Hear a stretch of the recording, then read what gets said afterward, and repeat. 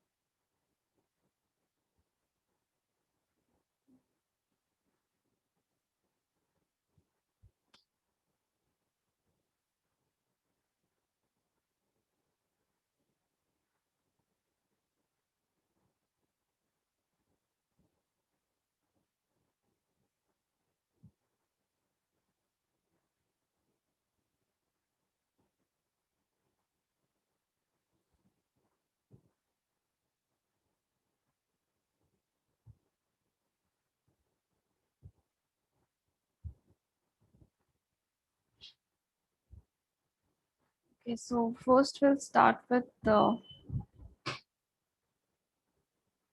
week 4.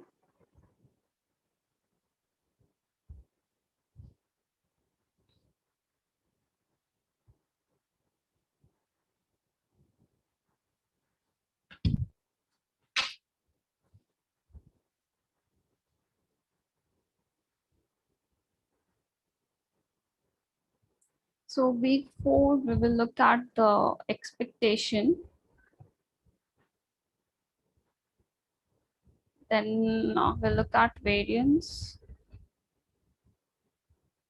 We'll look at Markov inequality, Markov and Chevy inequality.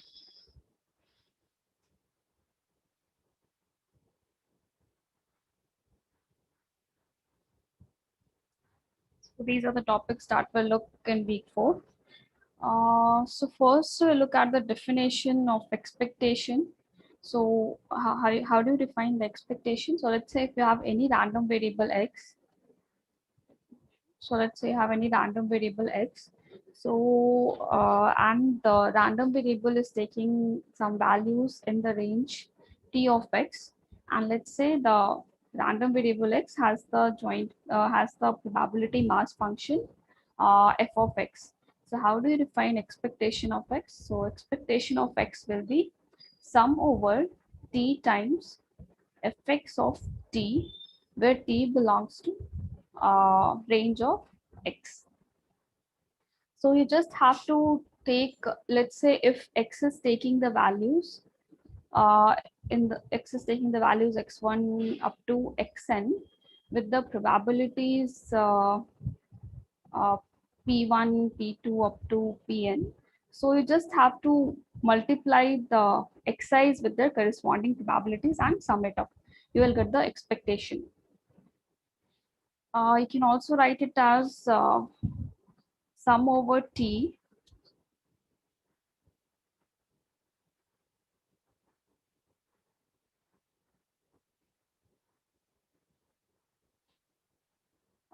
okay, so many students are from math background. Okay, so anybody has any problem in understanding what summation is? No, no. No, ma'am. Okay, all right. So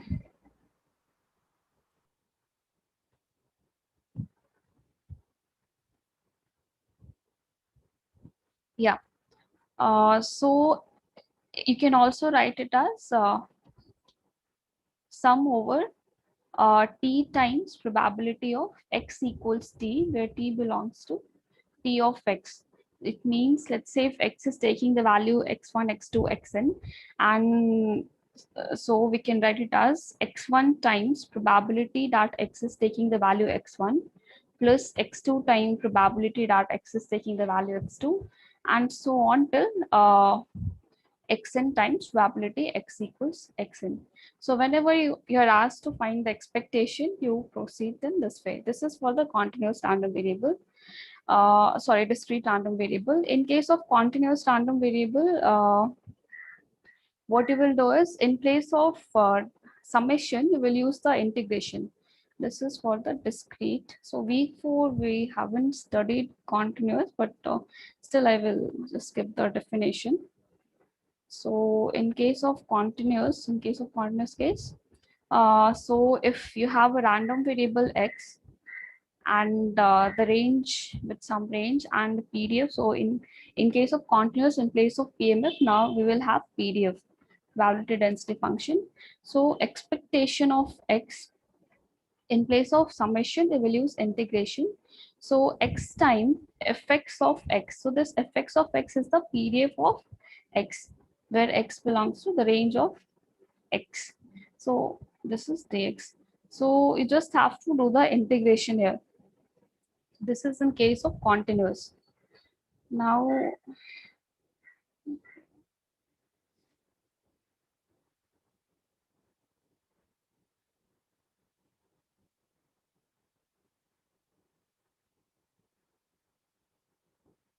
I will write it here only.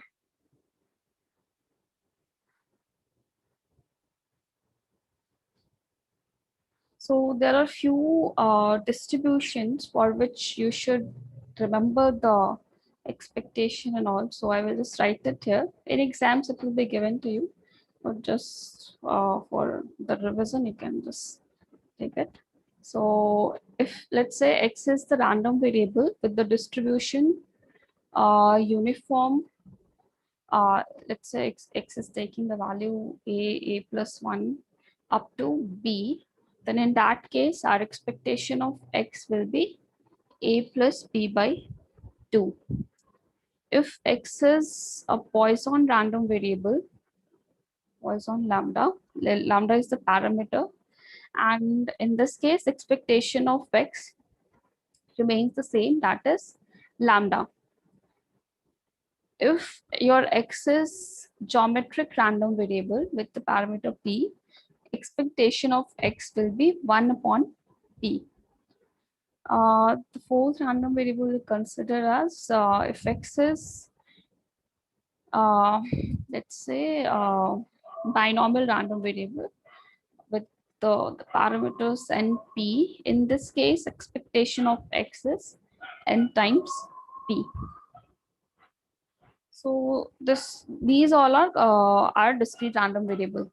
So I've written down for the discrete random variable. Now let's say you have a function of random variable.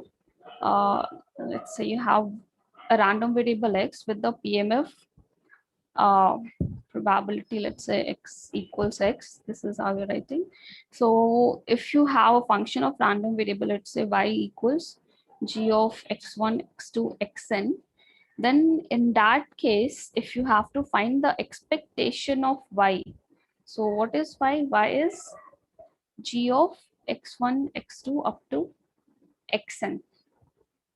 So this is same, you just have to substitute, see here you're finding the expectation of x, and in this case you are finding the expectation for g of function of those random variable. If you have, let's say, n random variables and you have a function defined on it. So in this case, it will be g of t1 up to tn into the joint PMF of x2 to xn of t1 up to tn, where all these ti's belongs to t of xi. So this is in the case when x is a function, when this is a function of random variable.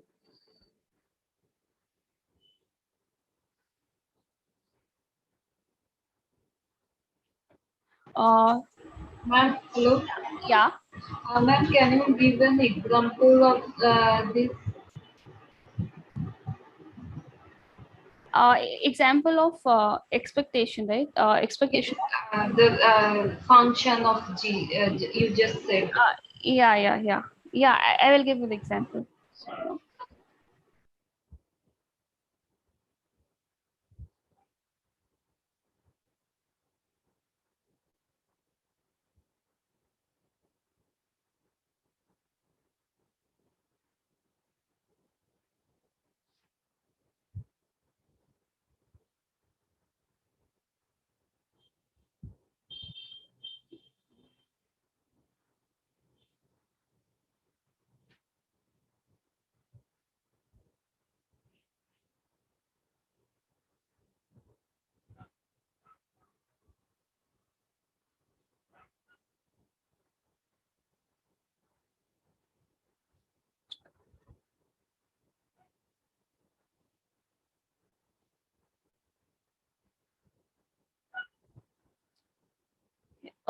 we'll take the question at the end. Like, once I finish the week part, then I can solve few problems from there. Yeah, ma'am, we wait, but you please solve those and then close that session. Yeah. I will solve the problems on them. Okay. So after expectation, we will go to the variance. So it measures the spread of the distribution. Now, so if you have a random variable x with some PMF f of x, so the variance of x will be expectation of x minus mu if the random variable x has the expectation mu, expectation of x minus mu whole square. So this will be your variance of x. We can also write it as expectation of x square minus expectation of x whole square. So this formula comes very handy when you have to solve few problems. So this is easy to calculate. So most of the time we go with this formula. So there are certain, Ma'am, one doubt. yeah. Variance is expectation of x minus mu whole. Yes. What is the So, problem? so is it some kind of average or mean value also? This is not this is what let's see, if mu is the mean of the random variable, and what is x minus mu? X will be all the values that the random variables take, and x minus mu is the deviation. So we are squaring the deviation, and we are taking the we are finding the expectation of the deviation square. So this is what the variance is. Okay, got it, ma'am. Yeah. So there are certain properties of expectation and variance. So the first thing that you should know is, like, even though x and y are independent or not, your expectation of x plus y will always be equal to expectation of x plus expectation of y. The second thing is, whenever x and y are independent, your expectation of x times y will be expectation of x into expectation of y. Also, the variance of x plus y, only if x and y are independent, will be variance of x plus variance of y. So this is not true if x and y are not independent. Only if x and y are independent, your variance of x plus y and expectation of xy will hold true. Like, these will be the expressions. So this also will use at several places while solving the problem. So you should keep this in mind. Now, some properties, like if you Ma'am, multiply, one doubt. yeah, The expectation of xy is equals to expectation of x and expectation of only if they are independent, right? yeah, only if they are independent.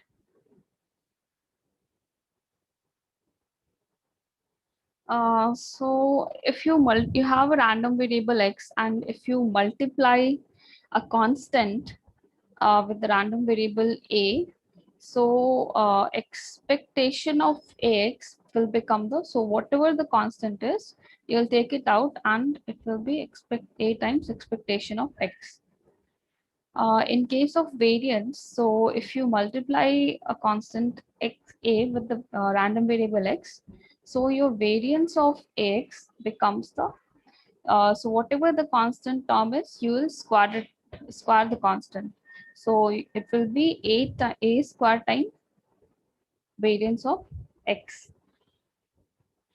If if you add a constant to x plus b, so let's say in place of x, now in place of the random variable x, now you have ax plus b. You are adding a constant to the random variable ax.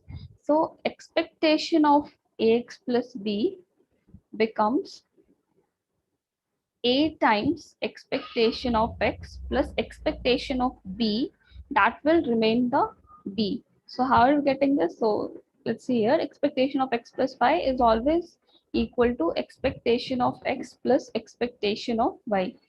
So we just have to split it. So expectation of x plus expectation of b, and we have already found expectation of x is a times expectation of a, and expectation of b will be b. So this is how we got this. Similarly, if you have to find variance of x plus b, so this will be a square variance of x. We'll neglect the constant term here. Similarly, we know that what is the standard deviation? So standard deviation is square root of variance. So whatever the variance you calculate, just square it up, you will get the standard deviation. Nothing much more here. So there is one thing that you should know is, so if you have what is standard random variable, standardized random variable, standardized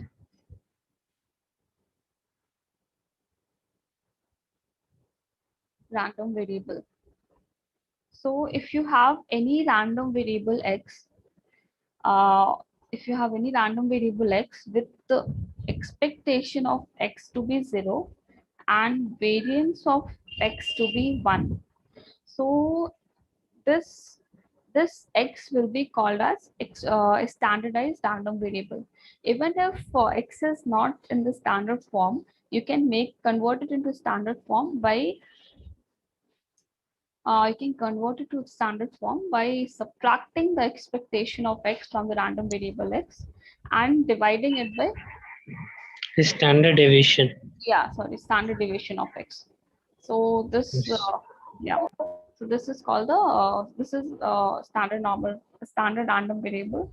So this we are using this property this thing we are using a lot in later portion of the week. So yeah. Ma'am, is this the normal distribution? So this is for any random variable x. Actually, we have used so many times Ma'am, this it will formula. depend on the x, right? This If it will depend on the x. If x will be, if your sample size is large, it converges to normal. But here we are just giving the definition for standard random variable. yes, it will apply in any functions. In any like a normal binomial. Any random variable you have x, you subtract that Yeah. from there, you divide the standard deviation. It will give you a standard random variable with expectation and variance fund. This is We already solved it in week 7, ma'am. I think. yes, so later in previous weeks you will come across this. So Yeah. will come. Yeah. So in the revision session of week 7 to 9, you can see all that. And the next important topic in week 4 is the Markov and Chevy inequality. So There's also covariance and correlation coefficient. yes, correlation yeah. Okay, I will do it after that. So Markov inequality.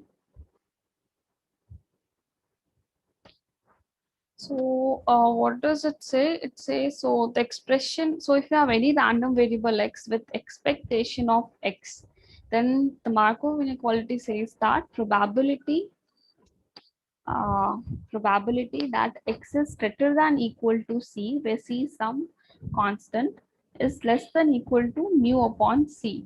So it's like it is giving a bound on the probability. If you have any if you have any c, so the probability that x will take a value greater than c is the probability will be less than equal to mu by c. So we can also say that in words like if x is a random variable, so the chance that the random variable x will take a value much larger than the mean is small. So as you increase the c, your bound will decrease and the probability will decrease. So this is what it means. So Mu is here expectation of x, right? yeah, expectation of x. Ma'am, what does it mean? Like range of x will be greater than c. Sorry, can you repeat? What does it mean? Does it mean that range of x will be greater than c? Range of x will be, so what this inequality says is the chance that the random variable x, any random variable x, will take a value like much larger than the mean mu is very small, because see this, as you increase the value, as you increase the constant, this term will get reduced, right? Will keep reducing. So the probability that the random variable is taking the value greater than c is becoming very small, right? As the c increases, the probability decreases, kind of. Is it for continuous or discrete? This is for both. So suppose I have random variable range 0, 1 to 8. So I can take c from 0 to 8, right? Yeah, you can take any c there. When it's discrete, 0 to 8, only like natural numbers. here? C can be anything. C need Because not belongs to. I have defined range of x to be from 0 to 8 that it takes. C is some constant. C, we are not saying C is a value that random variable x is taking. So how can a random variable be greater than C? I mean, it should be range, right? See, I'm saying C is some constant here. No, if I explain like this, what she said, 0 to 8, the mean value is say 4. Now what this Markov inequality says, if the mean value is 4, now you cannot expect, means probability of expectation of this distribution value say 100 is become very less because it is 4 by 100. So 0.04 probability. Yeah, so the probability, like, yeah, Is saying this. it reduces, like it will get smaller and smaller. How does that work with the die roll? We know the expected value is 3.5, 3.5. So the probability of 6 will be less than 1/6. That's Wait, what it means? expectation of x is 3.5. What did you say? So the numbers 4, the chance of getting 4 will be higher than getting 6 then, based on this. Chance of getting 4 on the die is higher. The probability of getting 4 is higher than the probability of getting 6. So C is equal to 4 and C is equal to 6. The probability is no longer constant.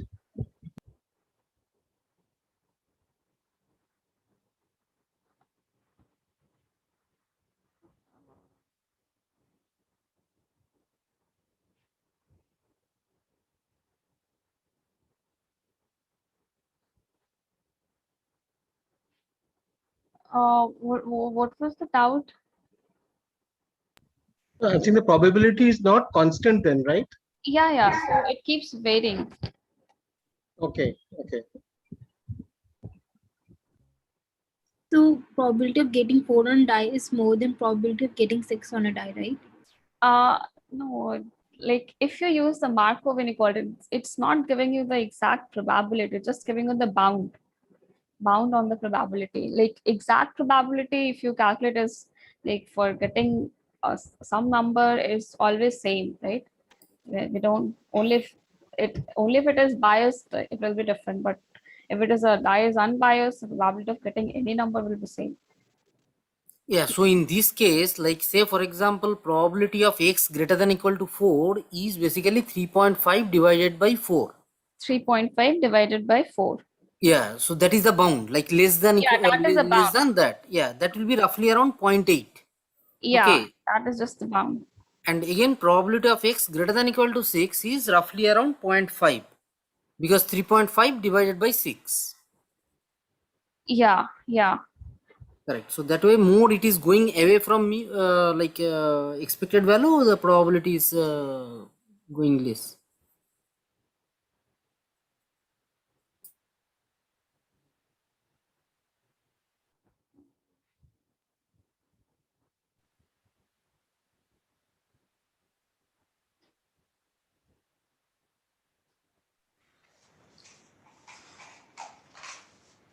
Hello.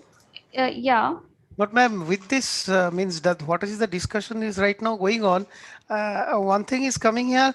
He say if the C value is less than mu, then the probability becomes more than 1, which cannot happen, right? So there may be some condition should be there. Which cannot happen. Yeah. No, but Sat told like if such kind of things happens, like it is kind of absurd value, right? And that time you can say like it is 0 or 1. Because these bounds can take any value because these are just bounds. These are just bounds. Yeah. It is not like, it is not giving you the exact probability. Yeah, and it can give absurd values as well. Yeah, whether it is greater than something or less than something, just giving you the bound. Right, ma'am. Understood. So go ahead.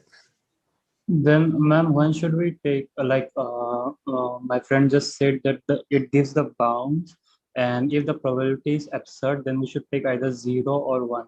When should we take 0 and when should we take 1? So if you are getting a value very like greater than 1, then in that case you assume it is 1. And if it is getting very close to 0, then we can kind of say it is like the bound is 0. So for in the case of a die, if we take C less than 3.5, that is, if we take the value of C is equal to 1, 2, and 3, we will get 1 in all the probabilities. C you will get, C you are taking 1, 2, 3. Yeah, C we are taking 1, 2, and 3. Okay. So mu is 3.5. And C is, for example, 1, then we'll get P of X greater than or equal to C is 3.5.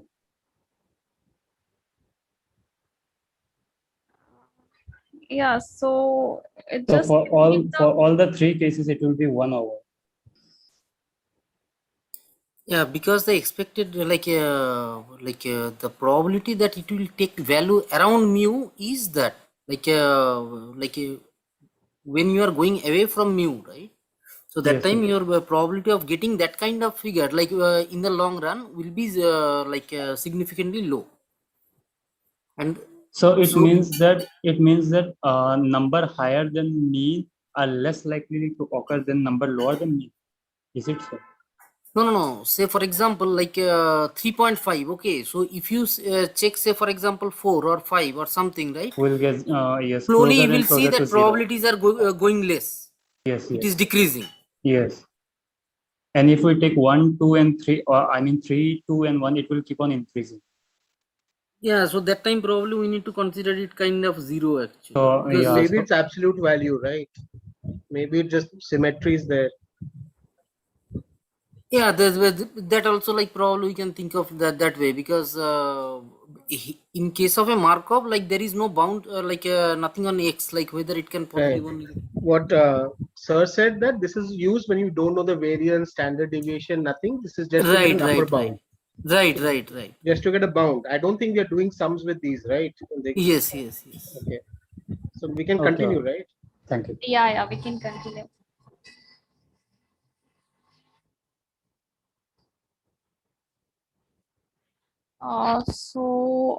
Markov inequality was when the variance was not known to you, only if you know only the expectation. But if you know both the variance and expectation for a random variable, let's say expectation of X is mu and variance of X is sigma square, then the Chebyshev's inequality says that probability that the mod of X minus mu will be greater than equal to K sigma is less than equal to 1 upon K square. So there are different ways of writing this. So there is one more form that you can write is probability that X lies between mu minus K sigma to mu plus K sigma is greater than equal to 1 minus 1 by K square. So the first one, so it gives you the bound on the probability that if, let's say, this is a mean mu and this is your mu plus K sigma, mu minus K sigma, then the probability that the random variable X will take the value far from mean will be less than equal to 1 upon 1 by K square. So this is the bound on the probability. And this one, if you look at, so this is giving you the bound on this one, minus K sigma, mu plus K sigma. So the probability that X lies between mu minus K sigma to mu plus K sigma is greater than, this is the lower bound for the probability, that is 1 minus 1 upon K square. So this probability will be greater than this term. And you can actually derive, so this derivation of Chebyshev's can be done using Markov. So derivation, if you're interested in, you can look at. So these are the two different forms that you will use a lot in the problems. So outside this mu plus K and mu minus K is 1 by K square. And inside it is 1 minus 1 by k square. But Right? also look at the signs. Yeah, So, science. And yeah. this mu and sigma is the population parameter or sample parameter? This is the mean for x and the mean and variance for x. We can say it is a population parameter. It is not sample variance and mean, right? No. It is population. Okay. So if any random variable x you have and the expectation of x is mu and variance of x is sigma square, then these are the two different forms that you can see for the Chevyshev's inequality. Excuse me, ma'am. Yeah. Ma'am, are these formulae going to be given in the exam in the useful materials like Markov's inequalities? This. Last time you had, right, for quiz 2. Actually, I didn't remember right now for the quiz 2, but will Yeah, it? for quiz 2 it was there. For final exam also it will be there. Okay, so all these equalities, like inequalities from week 1 to week 11, all.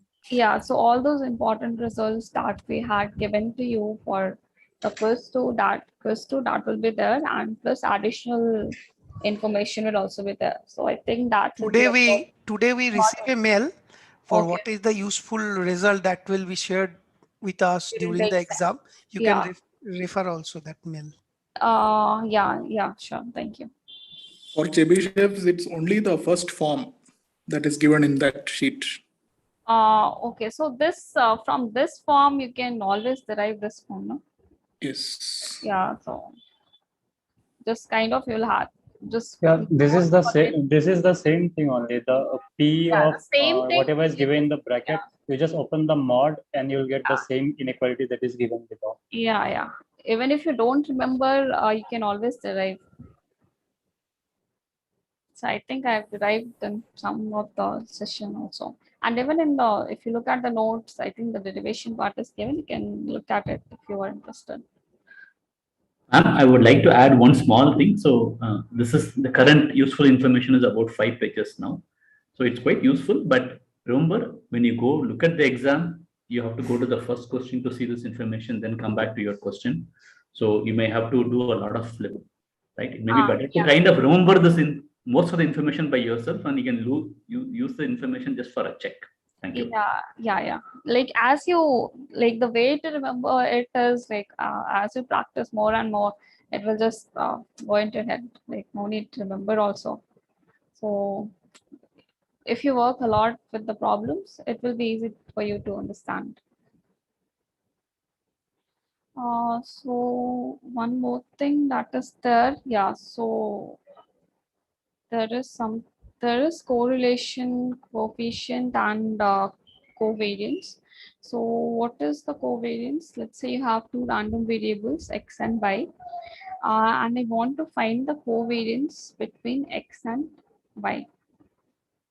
So we define it as expectation of x minus mu, x minus x minus expectation of x into y minus expectation of y.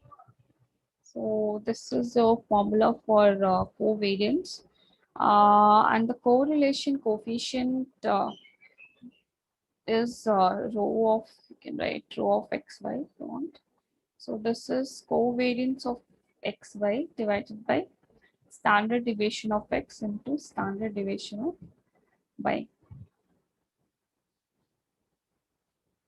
So these are more useful when you study the regression part. So that is not covered in your syllabus right now. So you can remember the formulas, like the problems, if it comes, you can solve it using the formulas for covariance and correlation. Ma'am, I think there is one more formula now. I am confused. Like, is it of variance or covariance? E of xy minus E of x, E of y. Okay, so it is same as expectation of xy minus expectation of x, expectation of y, right? This is what you're talking about. Yes, ma'am. Yeah. So like if you just solve this, you'll get this expression. So these are both are same.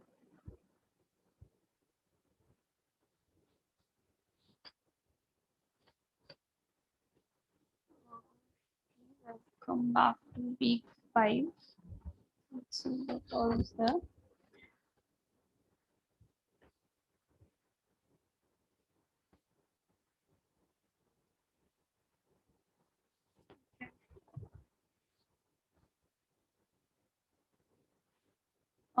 So first thing that we'll study in week 5 is the density function.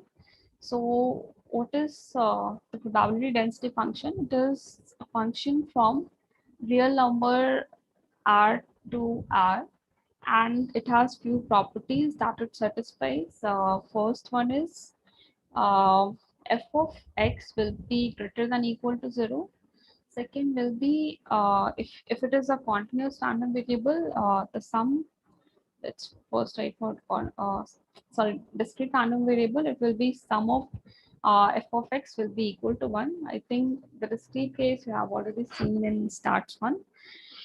So let's look at the continuous part. So this is fx of x from minus infinity to infinity dx will be equal to 1. And there's one more condition that says f is piecewise continuous. So let's not focus much on this, because whatever question will be there, we'll assume f is piecewise continuous.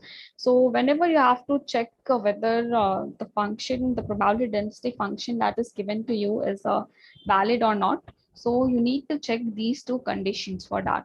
First is fx is greater than equal to 0, and second is integral fx dx minus, so whatever the range, in place of minus infinity to infinity, you can take the range of x, like support of x. So this equals to 1.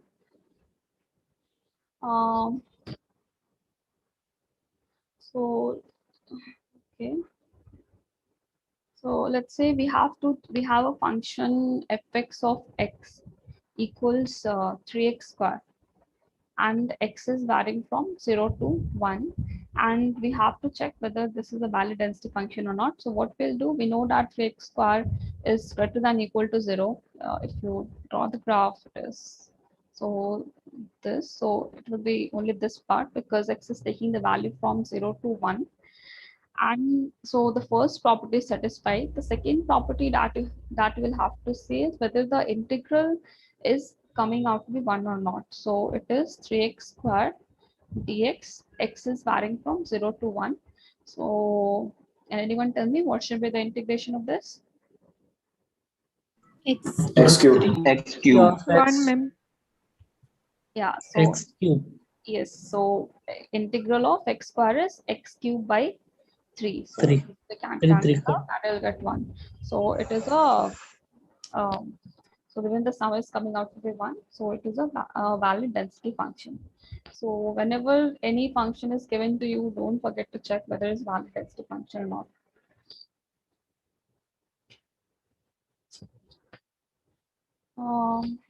Then we will look at the distribution function, the CDF. So if you have the random variable x, you look at the cumulative distribution function. So if you have any random variable x that is piecewise continuous, and the density function is given as f of x, then the cumulative distribution function of x that we call a CDF of x, we denoted by capital Fx, and it is integral of f small fx dx from minus infinity to x. So this is how you calculate the CDF of x. So we'll look at one example to see the distribution function of x, how to find the CDF of x. So let's say your x is uniform. X is uniform in a comma b. So what is the distribution function of x? What is the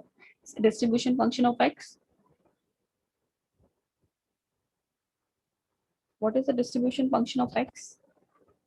1 by b minus a. 1 by b minus a. Yeah.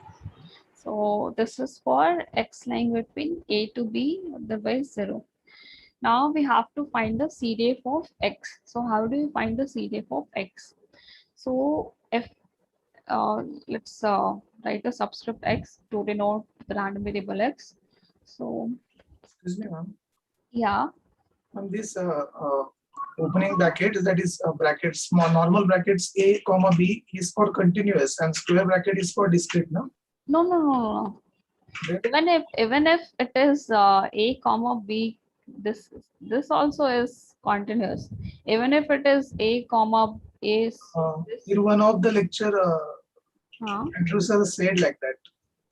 No. One of the bracket is Actually, in an interval, when it's square bracket, it's a and b both are included. If it's round bracket, then a and b will not be included. That's a normal maths convention. That's okay. But here, But for discrete, we use curly brackets. Yeah, we use curly bracket and we'll have values like the example is throwing a coin or throwing rolling a die. So what's the discrete values 1, 2, 3, 4, 5, 6. So if the random variable x is taking the value here and we know that this is uniform, like x is uniform in 1, 2, 3, 4, 5, 6. What does it mean? Like each of the discrete point will take the same probability and it will be 1/6. So for any I belonging to x, it is 1/6. So whenever you come across the curly bracket and it says uniform, then it is they are the discrete points because these are discrete points. But if it is an interval, there are many points that is there and you cannot exactly find the probability for a particular point. That will come out to be 0. So that's the difference. Okay. So let's find the CDF of the uniform random variable. So fx of x is what? We know that fx of x is probability that x is less than equal to x. And what is the formula? So fx of x is integral fx of x dx from -infinity to x. And x is taking the value a to b. X lies between here. Now the fx of x, we know it is 1/b minus a, 1/b minus a dx from -infinity to x. So we can split the range for the whatever values x are taking. So first is there are 3 intervals here. One is -infinity to a, second is a to b, and third is b to infinity. So -infinity to a, 1/b minus a dx plus a to b, 1/b minus a dx plus b to infinity, 1/b minus a to a dx. Right? So okay, this we should not write here because okay, this is wrong. Okay, I'll write it again.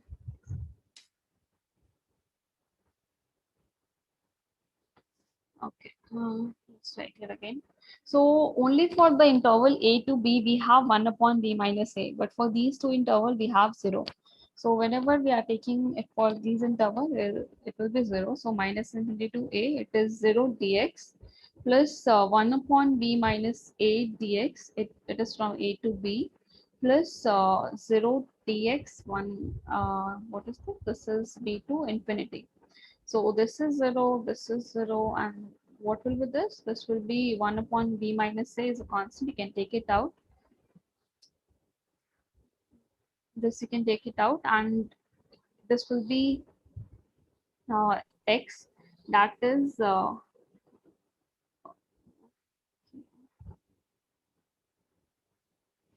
this mistake. This is your x. Sorry.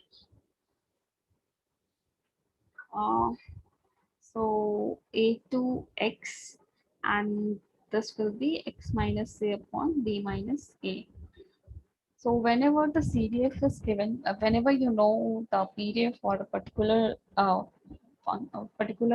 random variable, you can always find the CDF using this method, this procedures. You can find the CDF.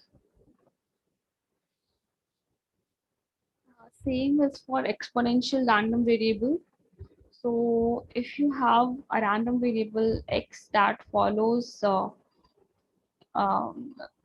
whenever you have a random variable x with the parameter lambda, then the PDF of x is given by, so f of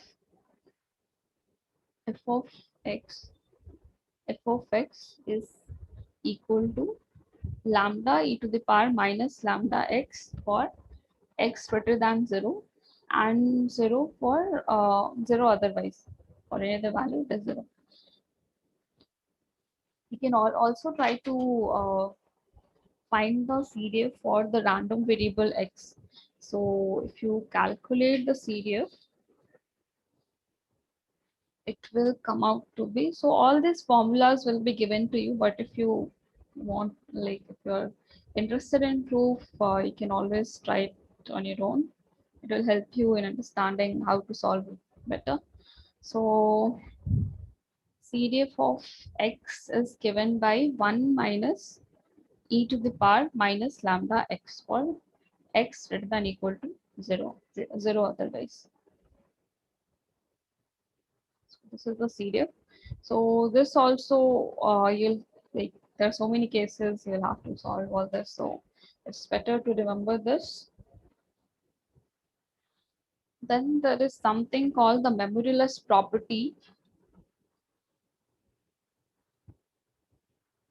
So you have memoryless property.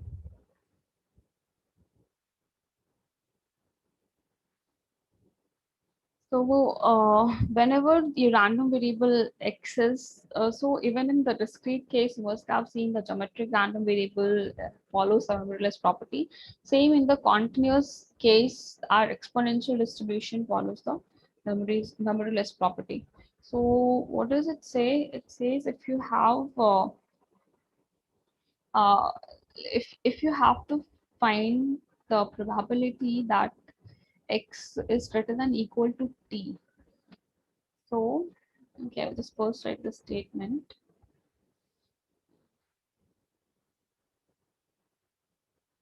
Yeah. So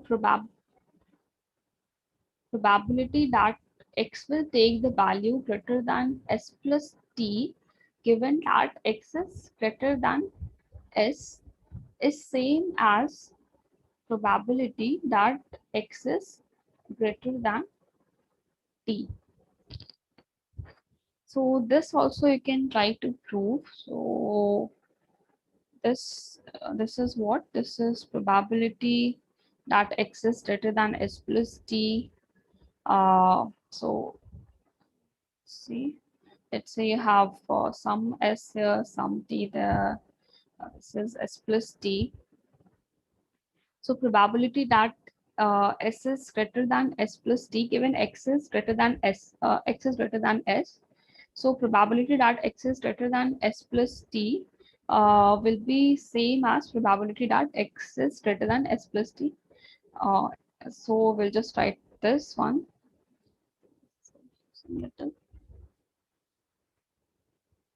Yeah, so this is x plus t divided by probability that x is greater than s.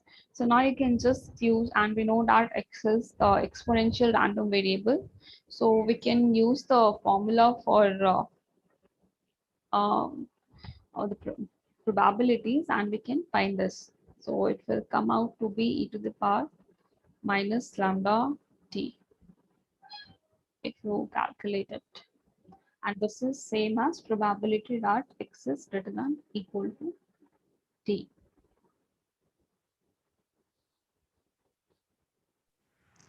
This Ma'am, thing can you give an only example? true for this in case of discrete when it is geometric, and in case of continuous when it is exponential, right? Yes, yes. This memoryless holds. Yeah, this memoryless property holds. Okay.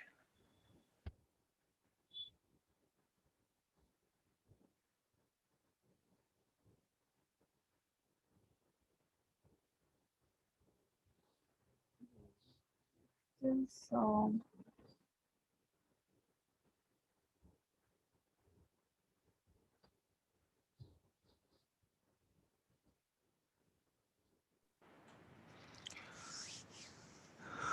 Then function of random variable. so you have okay, so monotone differentiable function. So this is also very useful whenever you have to find the CDF of a function of random variable.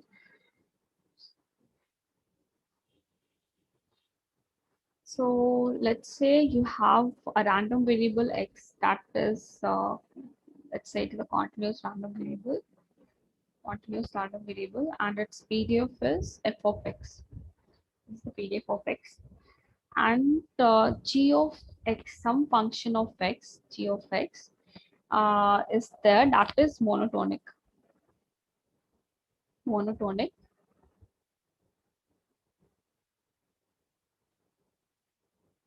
This is yeah, this is monotonic and support of x. Ma'am, what is a monotonic function? How do we identify it? Monotonic means the function is either increasing or decreasing. So let's say you have a function that is y equals x. Okay, y equals, yeah. Let's say y equals x. So how do you plot the function? How do you plot this graph? Like y equals x. You have x label here. Y axis is there. So 45 degree. yeah, so this is x plus x equals y. So as you can see that as your x is increasing, your y is also increasing, right? Okay. So monotonic basically means either it is increasing or it is decreasing. Okay. So either it is increasing or decreasing.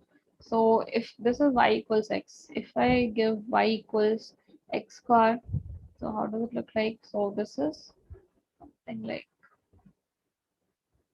g of x square. Can we say this is monotonic in the range R? No, ma'am. Why? Why is that?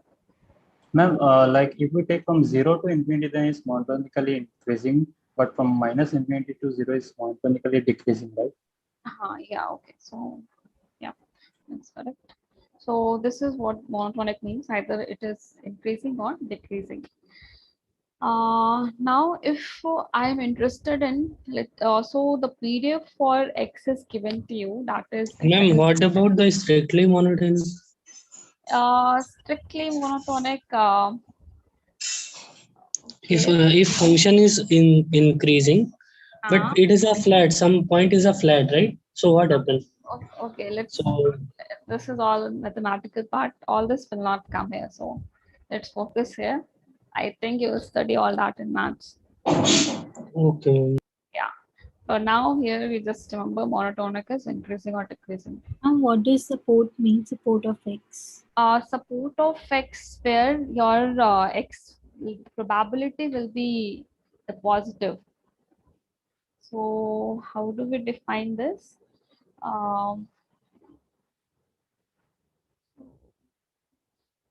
So Ma'am, it is the area in the graph where the probability is always positive, right? greater than 0, yes. So for all those x, for which the probability is greater than 0. For example, in a die, so 1 to 6 will be the support of x because 1 to 6 probability is always positive. Yes. The probability is always positive. So no, like for example, in a die, you cannot take 8 in the support. Like 8 will never come in. Yeah, it cannot be basically. So the support is 1 to 6. It's basically a type of range. So whatever value, so if some random variable x is there and whatever values x is taking, so for all those values for which the probability of these xi are greater than 0, all that will come under the support. So that you should. Ma'am, that means the range of the random variable, can we say that? Because however the probability would be greater than 0. So can we say support is the range of random variable? Support is the range of random variable. It may not be true. Because probability is always greater than 0, right? Probability can be equal to 0. I mean, it's not negative, right? So yeah, it is not negative, but I'm saying for which all those x for which x is greater than probability of xi are greater than 0. I'm not saying Okay. equal. Okay. Got it. Yeah. So if you have a random variable x that is continuous, and the PDF of x is given to you. And if you are interested in finding the PDF of the function gx that is monotonic and support of x, so that can be found using the formula. So this is a formula that you can remember. Fy of y equals 1 upon g dash of g inverse of y mod into fx of g inverse of y.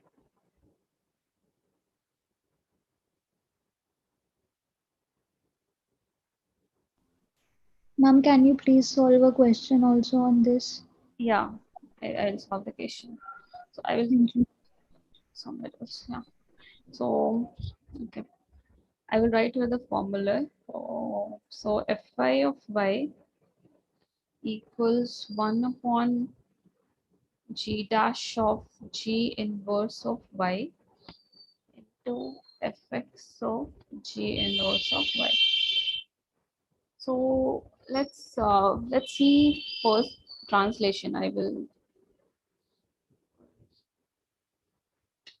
maybe see the scaling. Let's see the scaling.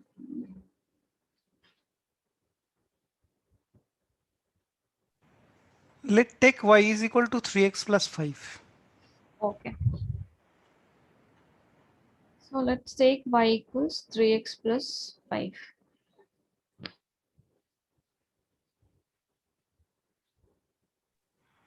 And x is uniform between minus 5 to 5. X is uniform when minus 5 to 5. Can we first solve some easy problem? That would be better. Let's. No, here you can actually get both scaling and translation. So one example you can solve two. That is why I'm saying.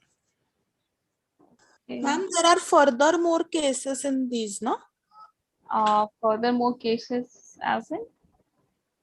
Like for the different, like y upon a and that one. Yeah, so I was going through that only. So yeah, I will explain that first. Let's see first scaling.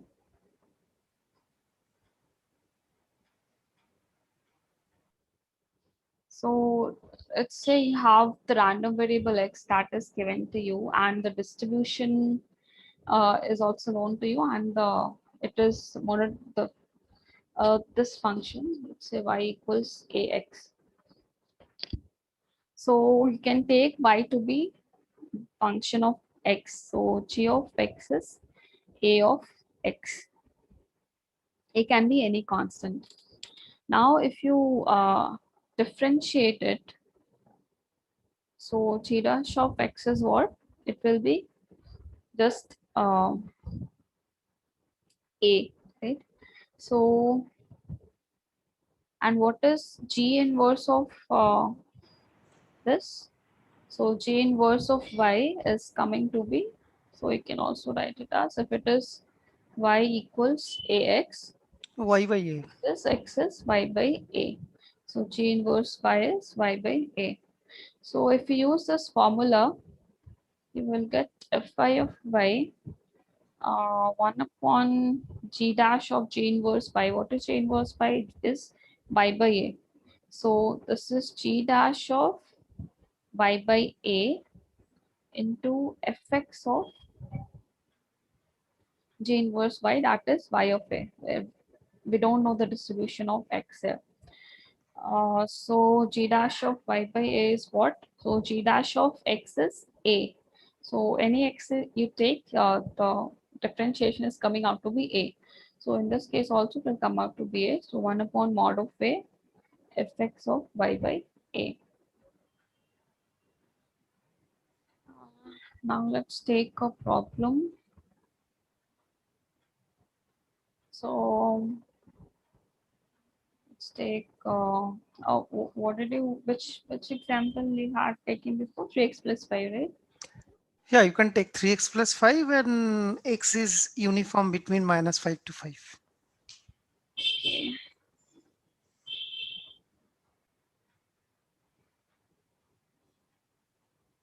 And this is not monotonic.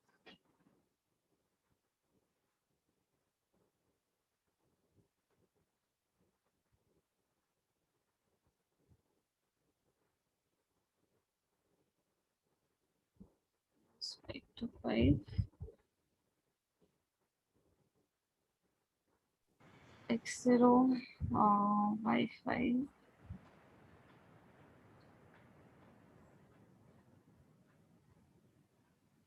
So it's minus 3 by 5. 5.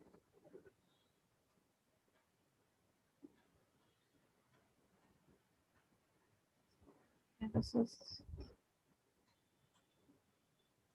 so as you can see in the support, it is again increasing function.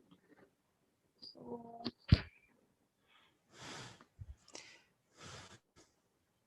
yeah.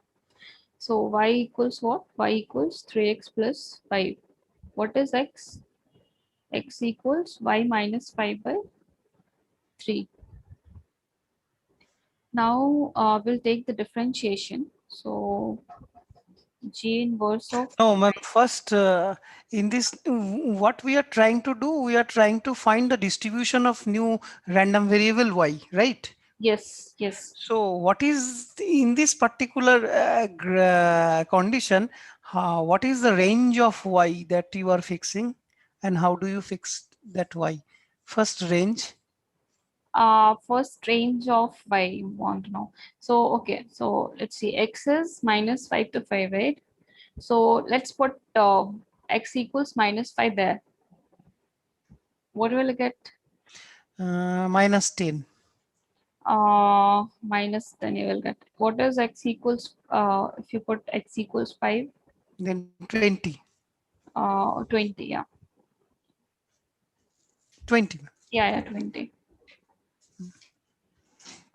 What is x equals 0? So I think these are the, and this is, you can say it is an increasing function, no? So between minus 5 to 5, it is an increasing function. So this is the maximum value that you will get. And the minimum value that you can get is 0. Yes. Not 0. What is at minus 5? What is the value at minus 5? Minus 10. Yeah. Yeah. So these two values, like these are the extreme values that you will get. So I will take values in minus 10 to 20. So in this range, minus 10 to 20, this Here, this is a monotonic function. not in minus 10 to 20. See, No, y what is varying minus 10 to 20. In this what minus 20 to 20, x will take some value. monotonic in support of x. What is the support of x? Support of x is minus 5 to 5. Yes. Okay. So we are not talking about whether the function is increasing or decreasing in y. One doubt here, but in Yeah. the minus 5 to 5, it's taking negative values also, right? Yes. So you just said that support with taking only positive values, like This is not the support. This is not the support. What is support? Go check over there. So monotonic in support of x. What I have told, all those values of y for which, all those values of x for which the random variable, the probability will take the positive values. So this is our support, -5 to 5. This is your x-axis, and what is this? This is 1 by, this will be, this point will be 1/10, because what is the distribution of x? X is uniform in -5 to 5. Right? And what is 1/b minus a? 5 minus -5, that is 5. So 1/10. So this probability is 1/10, right? The distribution function, if you find fx of x, this is 1/10 for x lying between -5 to 5 and 0 otherwise. In this case, you should not be, in this case, you can even directly use the formula, because everything is clear from there, because it is monotonic in your support. So the function y, that is 3x plus y, it is monotonic in support, so you can use this formula. So how do we use this? So we first found what is x. How can you first write x? So x equals y minus 5/3, right? Now we'll find, we also need the inverse of the function g. So g inverse of y is what? G inverse of y is y minus 5/3. What is the derivative? What is the derivative? This is 3 of x. This is 3. So if we have to find fy of y, this is what? 1/g dash of g inverse of y, that is y minus 5/3, into fx of g inverse of y, that is y minus 5/3. And what is g dash of x? Any x you take, the derivative is 3. So this will also come out to be 3. So this is 3. And fx of y minus 5/3. Yeah. So what is fx? Fx is 1/b minus a. So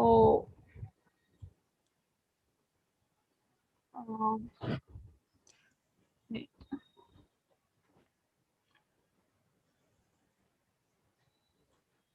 What do you write here?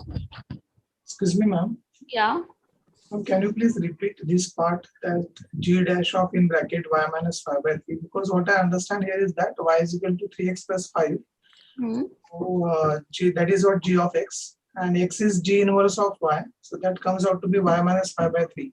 So that should not be the g inverse of x that you write y minus 5/3. Why we are writing in place of g dash? G inverse of y, right? This is g inverse of y. No, but given function is y is equal to 3x plus 5, we get x is equal to y minus 5/3.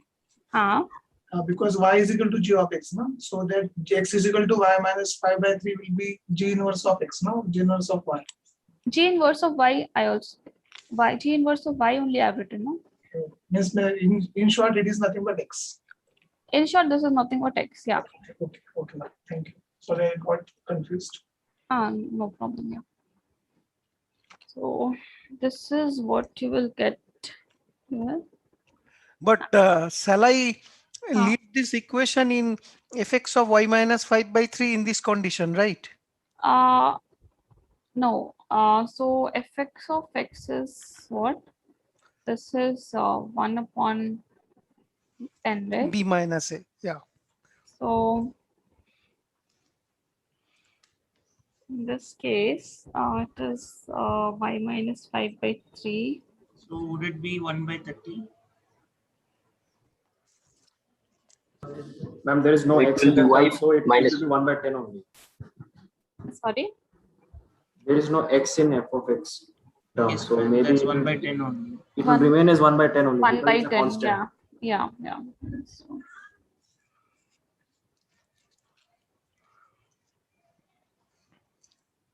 So this one we can solve using the formula, but this is it's 1 not always possible. Like if something is not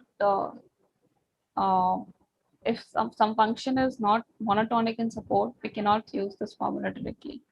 Ma'am, here you write this 1/10 because this is uniform distribution. Uniform distribution in -5 to 5. So this y minus 5/3 is a point in between that. That is why I am taking. This is nothing but x. This is nothing but x. So any value is 1/10. That is why I am writing this. This any value between -5 to 5, it is the probability will be 1/10. So in case of uniform distribution like this, anyway, this 1 by b minus a will be the PDF, whatever the f of x I am getting. Yes. Okay, the same thing with the same setup. If the y is equal to 3x plus 5, instead of that y is equal to x square, then how do you go? Yeah, let's see one.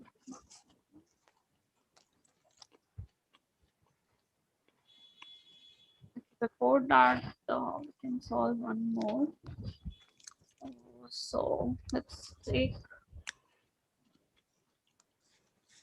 x equals x is exponential lambda,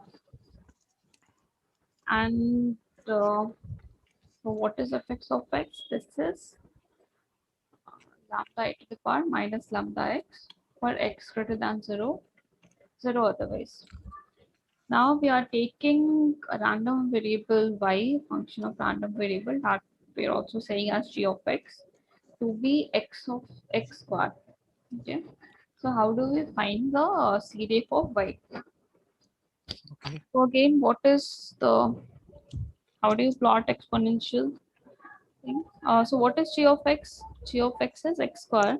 And what is the support of x? It is Greater than 0. Greater than 0. If this is x, so this is and g of x is x squared. So this is again monotonic here. So how can we use the formula? So again, g of x equals x square, or you can write y to be x square. So x can be written as plus minus under root of y. What is g dash of x? We also need g dash of x. What is g dash of x? This is 2 of x. What is g inverse of y? This is plus minus y root of y, or y to the power 1/2, whatever you can write.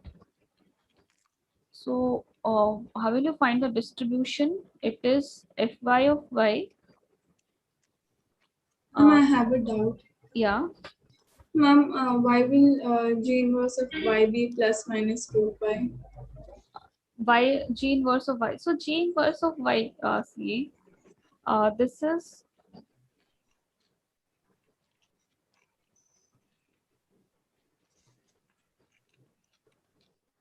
this way. Yeah.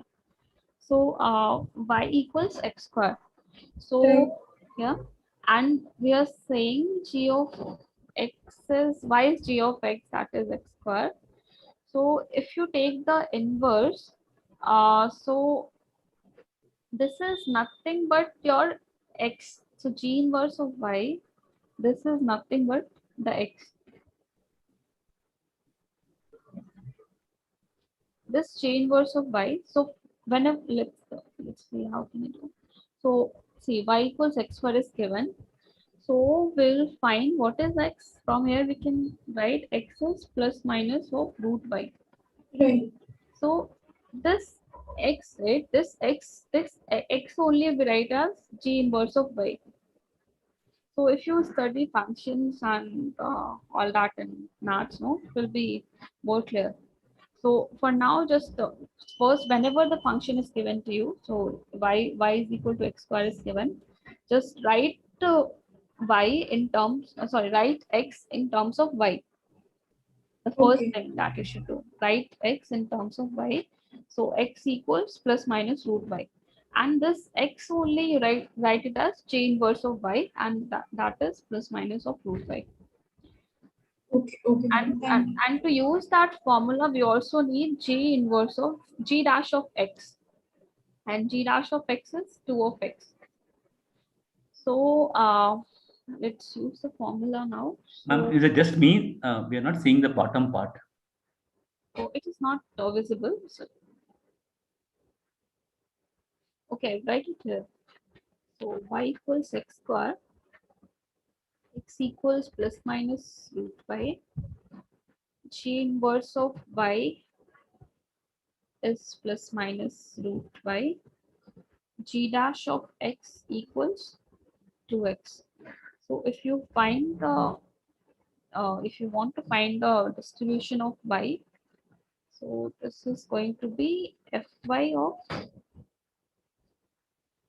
fx of g inverse of y divided by mod of g dash of g inverse of y. So we know that x is exponential. And what is g inverse of y? G inverse of y is plus minus. We can also write it as y to the power 1 by 2 for simplicity. And this is g dash of g inverse of y. G inverse of y is under root of plus minus y. And what is g dash of x? Any x you take, the derivative will be 2 times x. So now in place of x, we have y. So it will be what? This will be plus minus 2 under root of y, correct? So this is fx of plus minus y to the power 1 by 2 divided by 2 root y, because it is mod, so we can neglect this plus minus sign. Now we know that f of x is lambda e to the power minus lambda x. Now in place of so this is fx of x. Now in place of x we have y 1 by 2. So fx y 1 by 2 plus minus y 1 by 2. So this will be what? This will be just substitute plus minus y under root in place of x. So it will be lambda e to the power minus lambda y to the power 1 by 2 divided by 2 under root y. So why you are neglecting that plus minus? Means that also should come. Yeah, so if you take the plus, so depending whatever y is, this value will change, right? This x e to the power minus, it will be again plus minus here. But for I can write here. exponential function, Yeah. x only takes positive value, na? Hello? Yes, ma'am. For exponential, it will be always positive. If y is it like probability of y?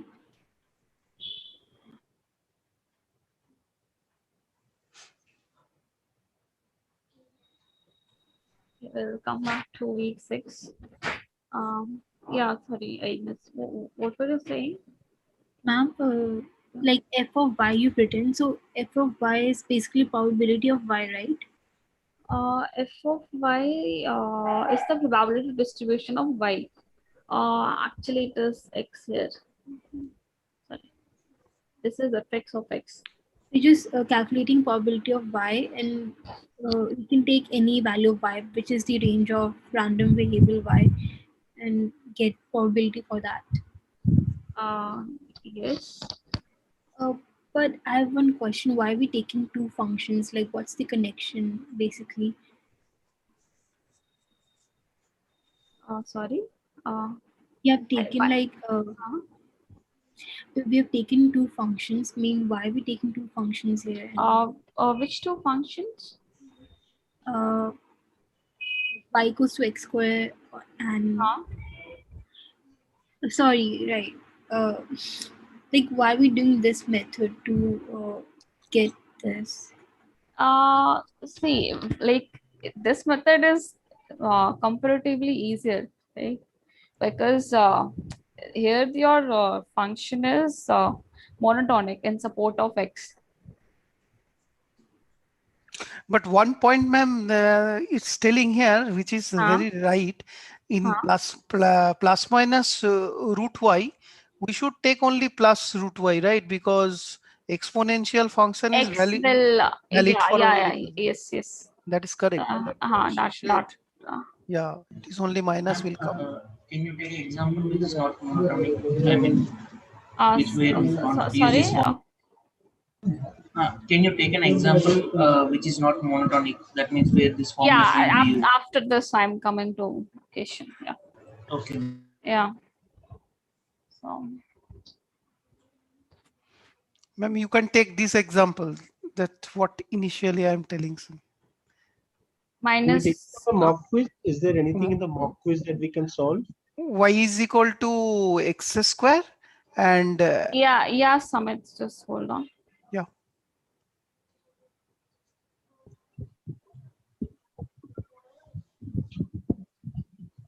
For mock we will have one session in few days, so we can take this questions later. Yeah. Okay, understood. Thank you. Yeah. Yeah. Hello. Yes.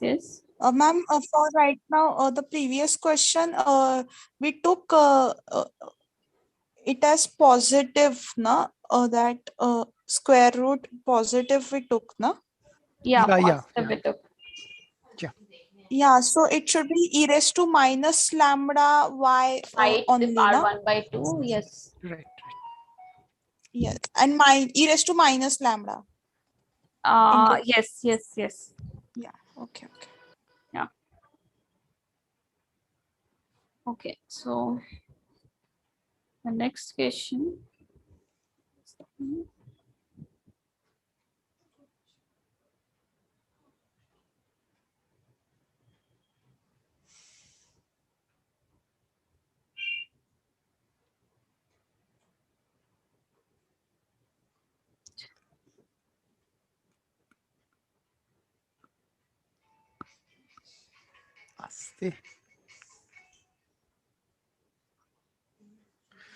Yeah.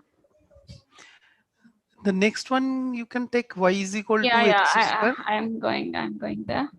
So let's take x is uniform. Okay, this example is from the lecture itself. So let's take -3 to 1. Okay. And y equals x of x square, which is we can also write as g of x. So now we are interested in finding the PDF of the distribution by. So what is the distribution of x here? So fx of x. So you have x lying between -3 to 1, -3 to 1. So 1 upon b minus a, right?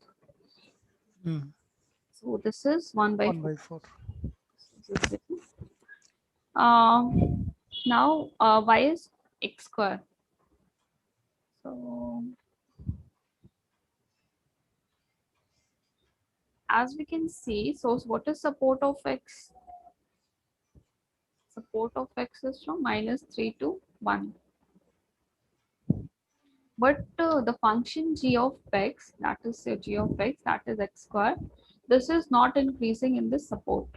So we cannot use that formula here. So we'll go to the usual method. So it is not monotonically increasing. This is not monotonically. Not monotonic. So how do you find the distribution of y? So first let's find the range of values that. Hello, ma'am. Yeah. Ma'am, can you repeat why it's not monotonic? I couldn't understand. What is the support of x? Can you tell me support of x? It's -3 to 1. And what is your g of x? X square. G of x is x square, right? Yes. So this is your graph that I have plotted here. Yes. So why is it? So see, for the interval -3 to 0, as your x is increasing, your y is decreasing. So for minus interval 3 to 0, your function is decreasing. Your gx is decreasing. But as you see 0 to 1, as you're increasing x, your y is also increasing. So in the interval 0 to 1, your function is increasing, right? Yes, But in the ma'am. interval minus 3 to 0, your function is decreasing. So it is not monotonic in the support of x, that is minus 3 Okay, to so 1. when at a time it's increasing and At a time, decreasing. it can be, at a time it should be either increasing or decreasing. So, okay. So how will we find this? Now let's find the range of y.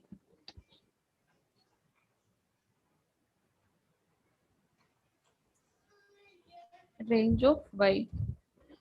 So at y equals x square and x is taking minus 3 to 1. So at x equals minus 3, what will your y will be 3 minus 3 square, so that is 9.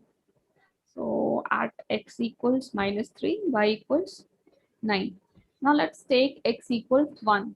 So at x equals 1, y equals 1. But if x equals 0, your y will also be 0. Y will also be 0. And since y equals x square, so obviously y cannot take the negative value. So this is the least that we can get for y. So the range of y, so y will vary from 0 to 9. So 0 you will get at x equals 0 and 9 you will get at x equals minus 3. So this is your range. Let's say this is your 3. Let's say this is your 9. Will you please repeat this part? Yeah. Why you are taking x is equal to 0 to y equal to 0? That point. X equals 0 to y equals The lower value of the y's range is taken from 0. That is what. yes. So what is your range here? Sorry, what is the support? Support of x is minus 3 to 1. Yeah. And y equals x square. Yes. Right? And we have to find the range of y. Yes. So first look at the interval, like end points. So at x equals minus 3, y will be 9, right? Yes, ma'am. X equals minus 3, y is 9. If you take x equals 1, y will be 1. Yes. But you can see from the graph, right? Like for x equals 0, y is taking the value 0. So, yes. But y is what? Y is x square. So any x you take, y cannot take the negative value. Okay. Even if you don't draw the graph and all. So even if y is x square, any x you take, even though it's negative, y will always take the positive value. So the least that y can take is 0. And that 0 we are getting at x equals 0. Okay, simply can we say that all positive values of y we need to consider? No, all positive values of y we are not taking, no? Considering boundary, the boundary. Yeah, it is going only till 9. Yeah, whatever the values of y is taking, that is 0 to 9, we have to take only. Instead of considering 1 to 9, you have to include 0 to 9. Yeah. Okay. So now y is taking the value 0 to 9. No, I just raised this question because of this range only, because I have some doubt in range to finding. Okay. I just try to understand what is the general process of finding this kind of range, because what you did here, what I understood means I have to get the range of this new random variable y, I must know the graph, right? Is it true? If you plot the graph, it will be easier to see.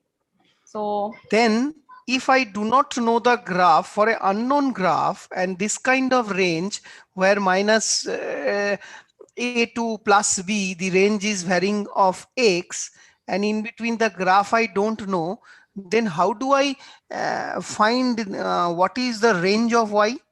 Then I think we can use global minima and global maxima. That we maxima minima concept to find the minimum value of y within that range, and that is the y. In this process, Yes, I will find. you can use that. Like if you have studied in math, no, you can use that. If you're aware of those kind of terms, so if you have studied that, you can use that also. But That is the process to get that. To get the range. To get the range of new distribution, that is the general process. Because here it is easy because we know the graph. That is why it is become easy. So what you can say here is, see, this is statistics, right? And we'll not ask you very complicated maths here. Okay, So, okay, done, yeah, done. Got it. Whatever graph will give, it will be very simple that you can sketch, and from there you can just check, plug in the values and check. So it will not be some complicated thing. Fine. And ma'am, one more thing, in this particular problem, since -3 to 1, this is the support of x, where x square is this graph is not monotonic. That is why we are not able to apply the formula. But if I split the range from -3 to 0, and 0 to 1, can I add this and do the same thing? Yeah, you can do the same thing. So in that case, my uniform distribution x also gets splitted from -3 to 0 and 0 to 1. Yes, then you will have to consider different intervals, because in those intervals you have. So PDF also accordingly change. Yeah. Yes. In that way, I can apply absolutely two separate parts. I had asked also once, if you want to check, you can try once. On their own. Yeah, just check once. Okay, ma'am, you can continue, ma'am. But ma'am, like as you said, like piecewise you can do, but the like process is like you take some y and then intersect and the curve, like which is below that, which is within that support, right? Yeah. So it should be in the support. It should correct. not. So whenever you will now split y into two parts, 0 to 1 and 1 to 9, right? 0 and to 1. 0 to 1, is it? Yeah, you will split y into two parts, 0 to 1 and 1 to 9. 1 and 1 to 9. The time you will take y 0 to 1, like you cannot split now. Yeah. Because there it is not monotonic, so you cannot really split and do this. Sorry, 0 to what did you say? No, this monotonic or not, it will depend upon the support of x. If I change my support of x, accordingly I will decide the function is monotonic or not. No. Why See, not? because like you are taking a step towards y, right? And basically, like the PDF is like the curve which is within that uniform region, right? Below, below that, like below y equal to x square, that will get considered, right? So then, like when you are taking y equal to 0 to 1, how you can split it up actually? No, I'm not getting you, because x is uniform distribution within some range, and within that range some other function y is equal to x square is given. So this y is equal to x square, the given function, I am judging that is monotonic or not with respect to the support of x. So if I change the support of x, accordingly my judgment will change based on the graph I am getting. This is what I am telling. First, let me finish this part, then we can discuss. So we got the range for y, and now we have to find the distribution for y. So what is fi of y? So this is nothing but probability that y is less than equals to y, and this is same as probability that x square, y is x square, this is less than equals to y. And this we can also write it as probability that your x lies between minus of y to minus of root y to root y. Now let's take the case of y.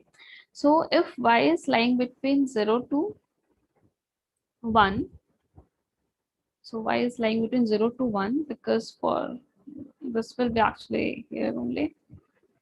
So till y varying from 0 to 1, you have probability. This is the first case. So if you take any y, this is any y that is between 0 to 1. So actually this graph is not very proper. We'll try to write it again.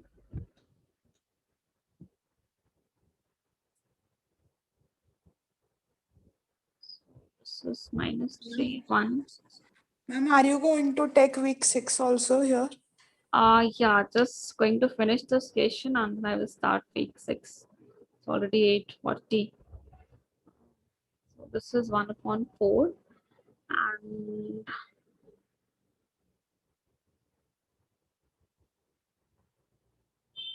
this is something your 1. This is, let's say, 9. Yeah. So if you take any y, this is your y, this axis is your y.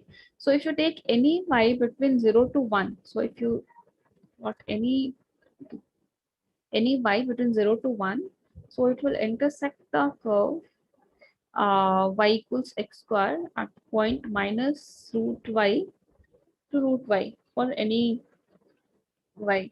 So any x, so y less than equal to y, this will be probability that x square is less than equal to y, and this is same as this. And what is what is the function for what is the fx of x? 1 upon b minus a, right? So this is your, let's say, so it is minus root y x root y. So let's say this is your p, this is your a. So 1 upon b minus, if you do, so 1 upon root y minus 1 upon 2 root y. So this is nothing but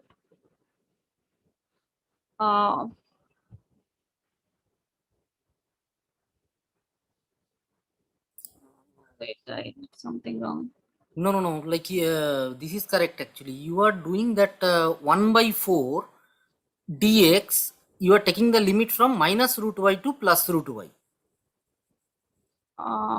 Yes. And that is the reason 1/2 root y. X minus a. Okay, this I am finding CDF. No. So x minus a upon b minus a. So this is your x minus a if you do. So this is 2 root y upon what is your PDF? This is b minus a. It is 1/4. Correct. Yeah. Similarly, Ma'am, if you how do try- you get 2 root y fb minus fa? Please repeat this step, ma'am. Sorry? This 2 root y, how did you get fv minus fa? So you have to find f. Yeah, you're finding basically CDF here, right? Oh, F. Yeah, just use the formula. f of It root. come. Okay, f of root y and minus of minus 1 minus such. Yes. Okay. Similarly, you can try to find for y varying from 1 to 9. So if you take this, so if you But ma'am, and this minus root y x is lying between minus root y to plus root y. Then I am getting one minus term. one minus term. 1 minus Can 2 you root try? y. Okay. Can you try? Can you try again? Oh, how did you get it? I am not getting it. So ma'am, like 1 by 4 dx and take the limit from minus root y to Minus plus root root y. y to plus root y. Yeah. Then you will get this. Yes. Ma'am, where did we get 1 by 4 from? Wait. I will just write it here. Wait. Integration. Okay. Yeah, if you can write that Yeah, integration. similarly, you can try for the other one. So see, this is what I want to find, right? Minus root y to root y, and y is lying between 0 to 1. So how do you find the CDF? You integrate, right? So this is minus root y. This is our limit. And fx of x is 1 upon b minus a. X is uniform minus 3 to 1. And fx of x is 1 upon b minus a. So 1 upon 1 minus 3, that is 4. This is for any x lying between 1 to minus 3 to 1, otherwise 0. This is our fx. So 1 by 4 you can take out in dx. So if you solve this, you will get 2 root y upon 4. Okay, got it. Similarly, if you take any y between 1 to 9, so in this case, again, it is your minus root y to y. But you cannot take this one. You will have to restrict to this one. So because your support of x is from minus 3 to 1, so you will have to restrict to 1. It cannot go beyond that. Your x cannot go beyond that. Right? So it will be 1 to minus root y. So so x will take the value from minus y to x as this one. This we can find, ma'am. Just one clarification. Why do you are splitting this y into range 0 to 1 and 1 to 9? Yeah, wait, I will plot the graph again properly. Wait, it will be clear.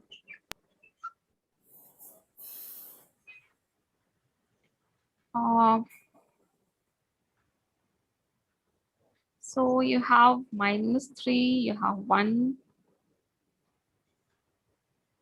So this is 1 upon 4. And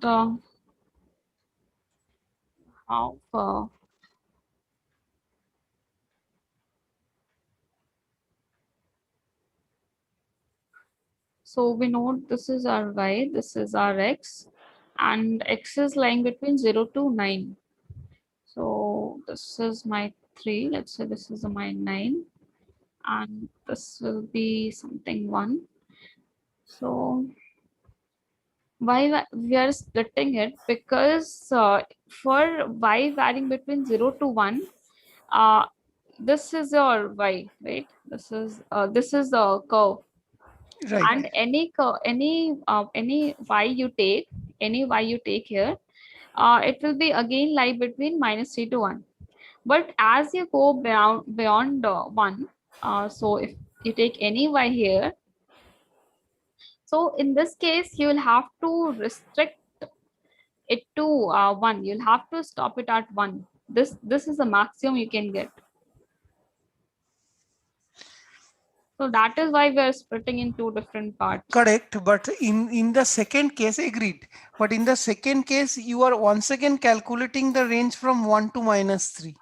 1 to minus 3. No, it will be 1 to y. 1 to minus root y, where root y can take the maximum value of minus 3. Not root y. 1 to y. Why root y? Hey, 1 to y, sorry. 1 to 9. So basically it will be 1 by 4 dx, and that you will be integrating from 1 to y. 1 to y. Why? Because your y range from 1 to 9. Actually, 1 to Clear, ma'am. Clear. Okay, so we should move to next week. Ma'am, before next week, there is one important that expectation calculation with which some one? mod value function. Can you give some example? Yeah, you can take this example. F of x is equal to of x equals. Ma'am, actually, we can start with the week 6. Yeah, I will start with the week 6. I'm just writing his example. I can take after that. Okay. If Yeah, f of x. F of x is equal to 1 minus mod x, where x lies between -1 to 1. Okay. And 0 otherwise. Okay. Okay. You take it last. I am here. No issue. Yeah. Okay. Yeah.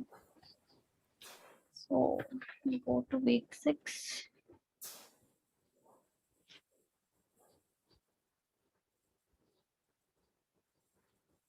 So week 6 is about continuous random variable.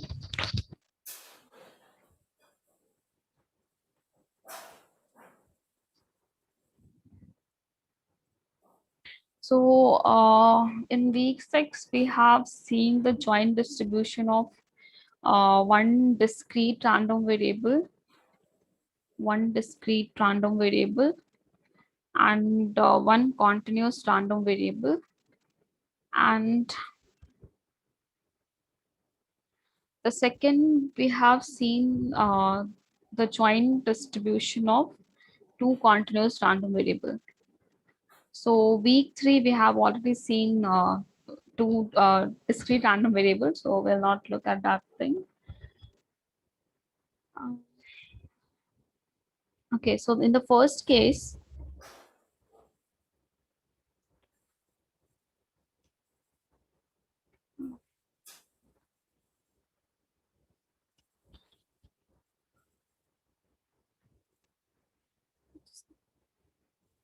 just wait.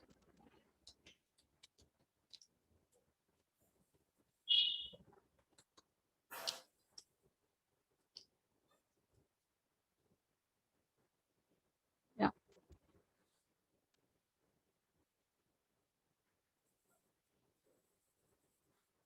So let's say you have a discrete random variable x. So x is your discrete random variable and y is your continuous random variable. Let's say the range of x is t of x and the probability distribution is px of x and y is continuous. X and y is given to be jointly distributed. They are jointly distributed.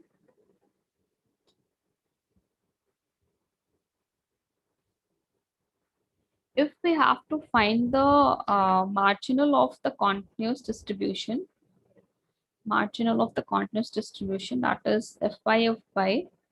So the marginal is, we know it is marginal is what? Joint times joint into no, sorry, that is wrong. So this is Summation of joint Four other variable at x. This is, yeah. So this is what? This is marginal of y. This is summation of this to Fy of x at x of y. So this is a joint density. So this is a, you can say, density of y given x equals x. The discrete is given to you and you have to find the density of marginal density of y. And this is our distribution of x. And we will sum it over the range of dx.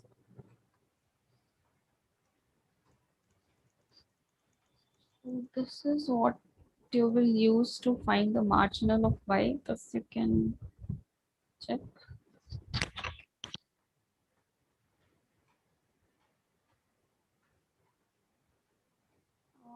There is some other thing that is. So one dot here. So we are varying over x. We are fixing the y. That's what. Sorry, we are adding over x. Yeah. For a constant y, for the marginal of y, right? We are adding over x. Yes. Oh, yeah. Okay.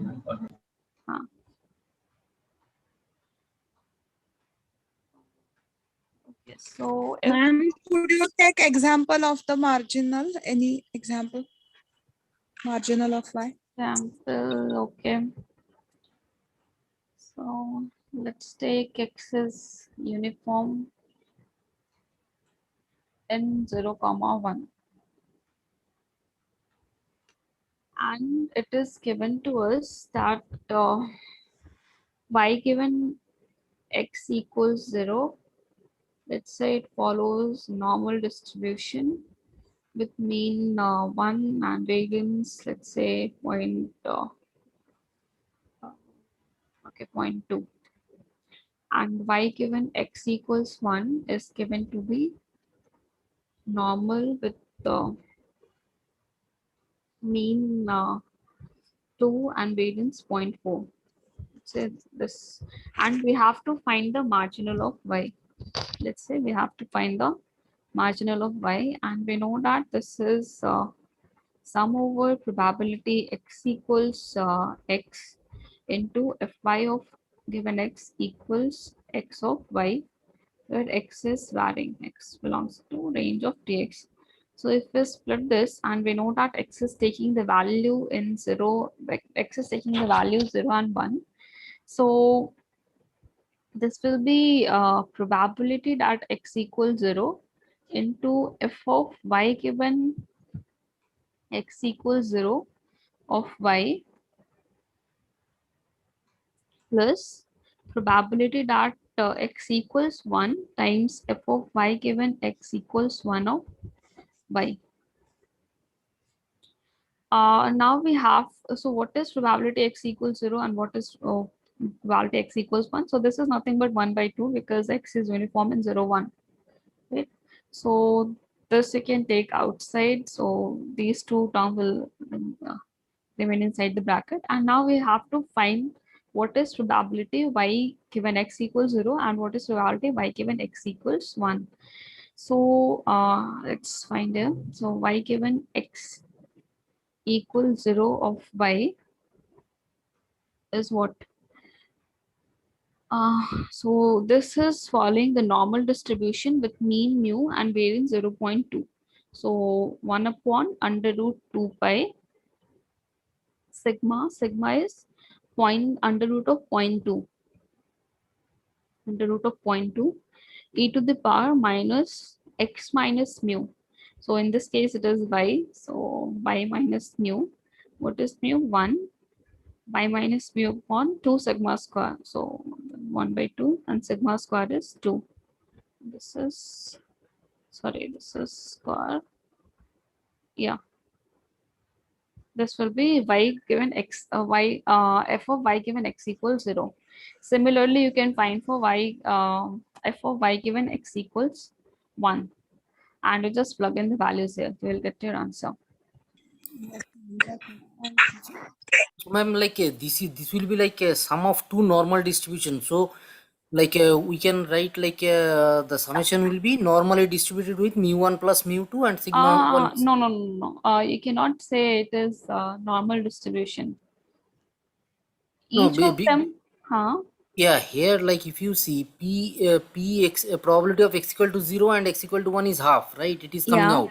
Yeah. So now this fy given x equal to 0, that is normal. Okay. Again, like the other guy is also normal. So if you sum two normal distribution, right? So then the it will be again a normal distribution with mu equal to mu1 plus mu2 and sigma is equal to sigma 1 square plus sigma 2 square. That is when it is independent. That is in the case of independence. Okay. Yeah. Okay. Yeah.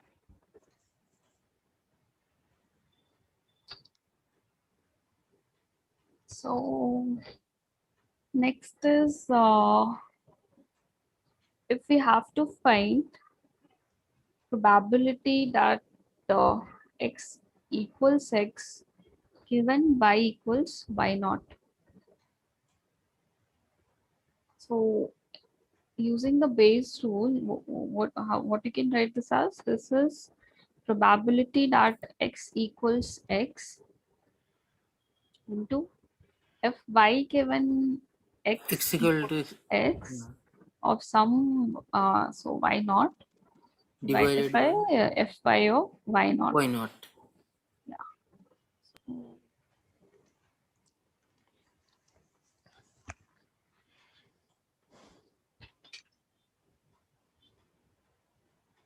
Let's not stick to formulas more. This is the probability of the when x is discrete and y is continuous, right? Yeah, same like from continuous from the previous one. Yeah. So one thing that can say is like if x is a normally distributed with the mean mu and variance sigma square, and you're taking y to be some function of x, that is a linear combination of x, that is x plus b. So y is also, y is also normally distributed with mean A what? mu. A mu plus b. A mu plus b. Correct. And variance a Sigma square square. sigma square.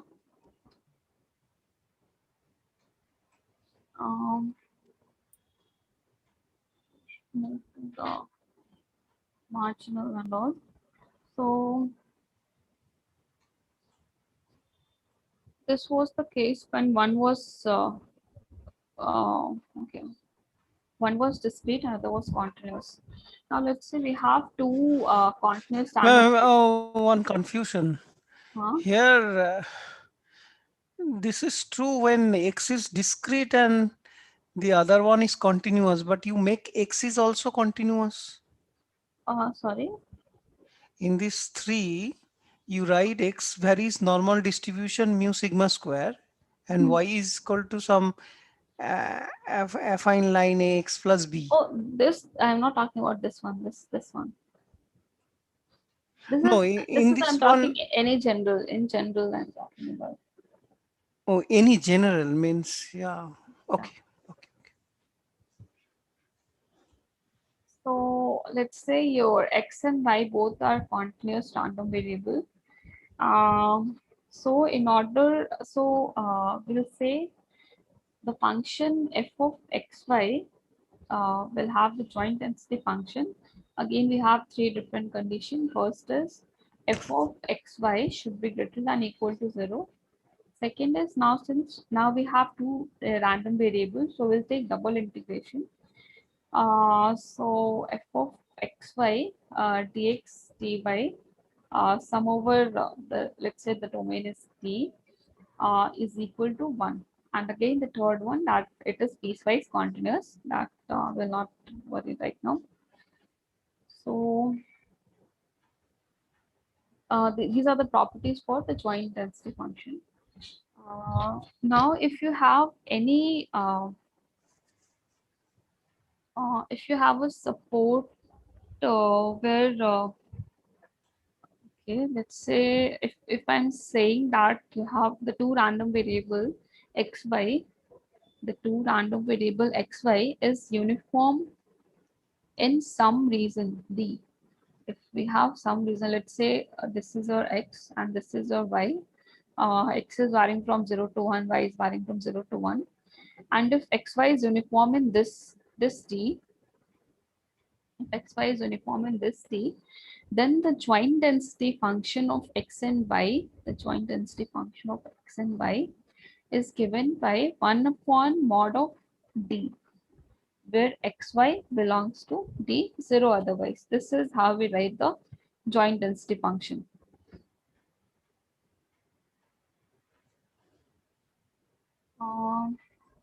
This D is the total area, right? If yeah, this rectangle is say discrete by some in first coordinate, some in third coordinate exist, then we add those to D and then 1 by D. We'll take one example.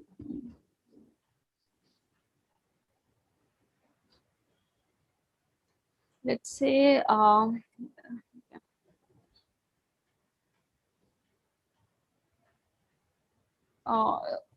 Yeah, what is the doubt? Can you repeat it again? No, I'm saying suppose x is uniform D you are writing.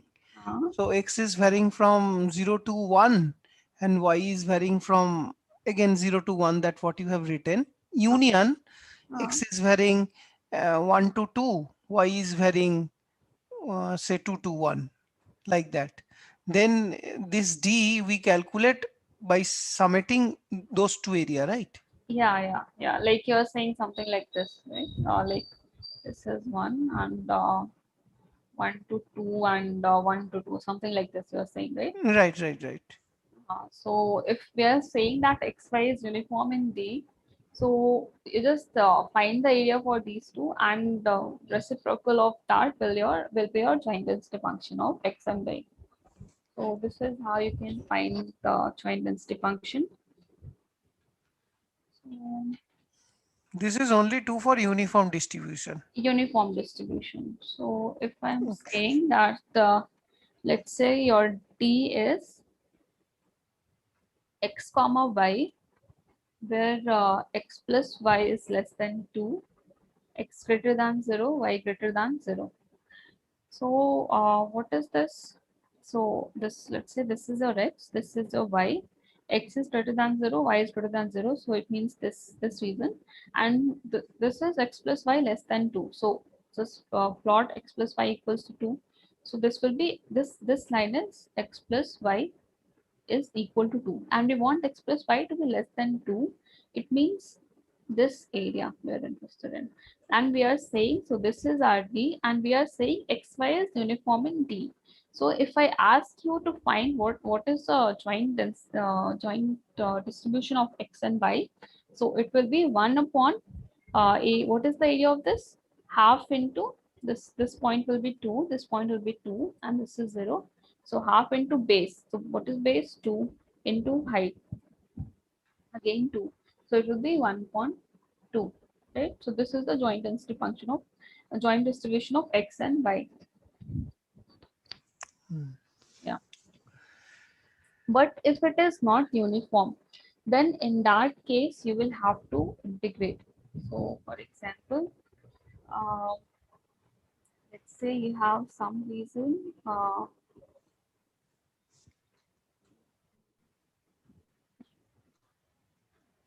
yeah.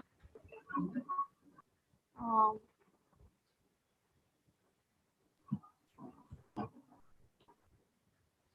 so let's say your x is lying between 0 to 1. X is lying between 0 to 1, and y is also lying between 0 to 1. And fx of y equals x plus y. So in this case, this is not a, yeah. So if you plot this, I'm not saying this is uniform in D. So again, this is your reason, 0 to 1, 1, 1, 0. This is not uniform in D. So if I have to find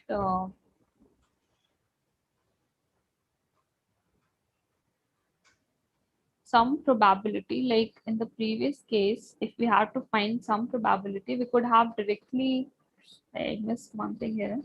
So if we had to find some probability, what we could have done is we'll have to find, so let's say we have to find probability that x plus y less than 1. So it means this area. So you will find the area of this. What is that area? That area is half into base into height, that is half, divided by area of this, that is coming out to be 2. So this will become 1 by 4. So if it was uniform, we could have directly like area of A divided by area of B. This is how you find the probabilities, where A is the area that you are interested in, and B is the your support. But if it is not uniform, then in that case you will have to go through the integration process. So let's say if I want to find probability that x is less than 1 by 2, x is less than 1 by 2, and x is less than 1 by 2 and y is also less than 1 by 2. So this is 1 by 2 and this is 1 by 2.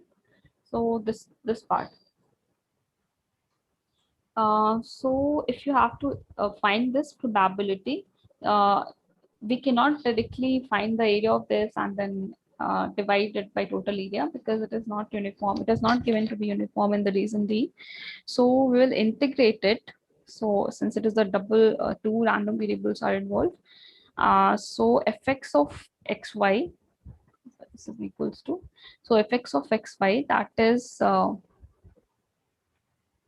fx of xy, that is x plus y of dx dy, where x is varying from 0 to half and y is varying from 0 to half.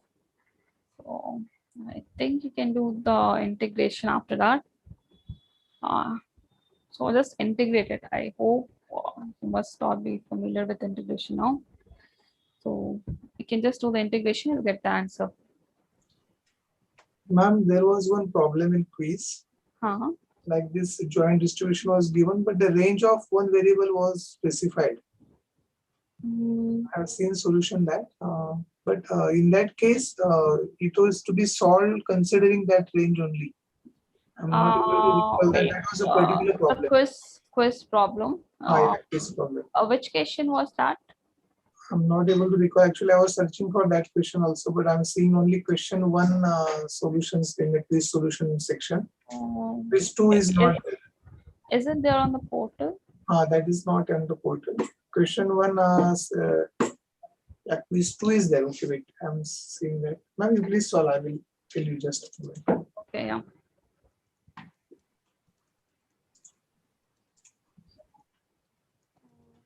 So the next we will see about marginal. The next is marginal densities.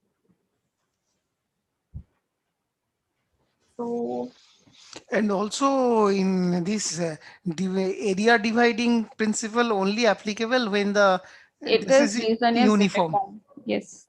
And in this uniform range, whatever any point, that is 1 by d. 1 by d, that is joint distribution. Yeah. Any point wherever I want in that rectangle box, that is 1 by d. Yeah. Yeah.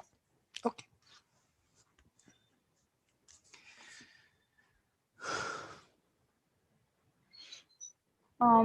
Okay. So now we will we will see what is marginal. So let's say you have two random variable x and y, and its distribution is fx of y of xy. Then fx of x is going to be integral integral of fx of y xy. So whatever, so if you're interested in finding the marginal of x, integrate over y. And what is the range of whatever the range of y is, so just take it for now. I will take it minus infinity to infinity. Similarly, if phi of y, if you have to find, it will be minus infinity to infinity fx of y xy, and this will be dx. So if you have to find the marginal of phi, you will have to integrate over integrate the joint distribution with respect to x. And if you have to find the marginal of x, you have to find this integration of with respect to y. When integration with respect to y means the limit, we will take the y. Right? Yeah, limit will be y. So this is y varying from minus infinity. This is x varying from minus infinity to infinity. Yeah. Okay. Hello, ma'am. Yeah. That was question number 5, 6, and 7. Means in steps it is to be solved. In question number 5, we obtained that fx of xy, that is calculating area. Then question number 6, it was asking the marginal probability of fy in bracket half. And question number 7, it was x given y equal to half x. Like these 3 problems were there. Hold on, just wait. Let me see the question.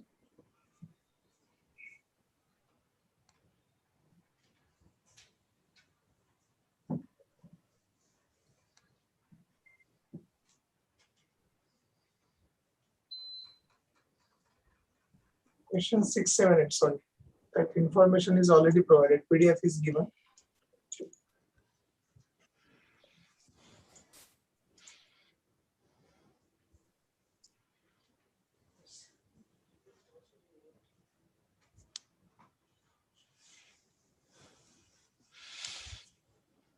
I don't have the paper right now.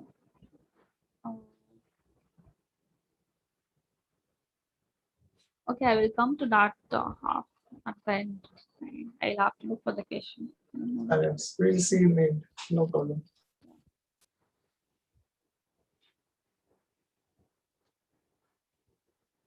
So this is how you will find the marginal, and so okay, let's take one example where it is like the reason is uniform. So let's say xy is uniform in D. Xy is uniform in D, and D is 1, 3 cross 0, 4. So what is this reason? So 1, 3. Right? So x is 1, 3. So 1, 3 and 0 to 4. So this is our 4. So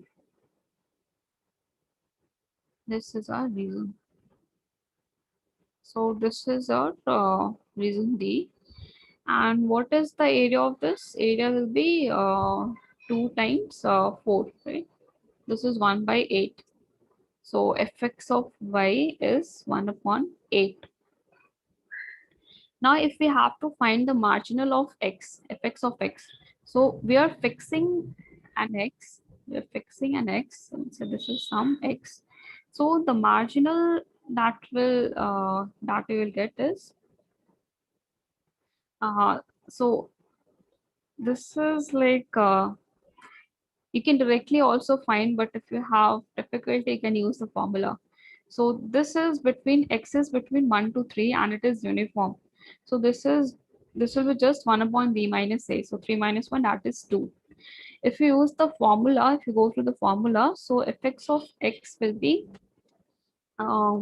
integral 1 by 8, that is fx of y into dy, and y is varying from 0 to 4. So this is again 1 by 8. If you integrate, it will be y, that is, and y is varying from 0 to 4. So into 4. So it will be 1 by 2. So both ways you are getting the same answer. Similarly, if you have to find fy of y, so if you have to find fy of y, you're fixing some y, and we know that y is uniform in 0 to 4. So again, it will be 1 upon b minus a, that is 1 upon 4 minus 0, and it is 1 by 4. So if the reason is uniform, finding marginal is quite easy. But if it is not uniform,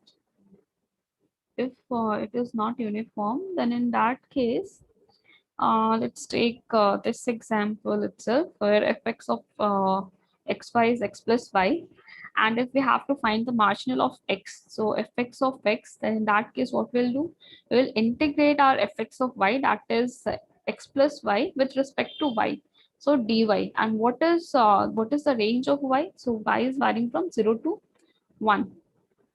So if you integrate with respect to y, it will be xy plus y square by 2, and y is varying from 0 to 1. So it will be x plus 1 by 2. This is your marginal of x. Similarly, you can find the marginal of y. So this was about the marginal density. Now we'll go back to independence. So taking those same example, I can look for independence. So when do we say the two random variables x and y are independent? So x and y will be independent if if fx of x into fy of y is same as fx of y into x comma y. If this hold, we say that x and y are independent. So let's look at this question. Let's look at this question.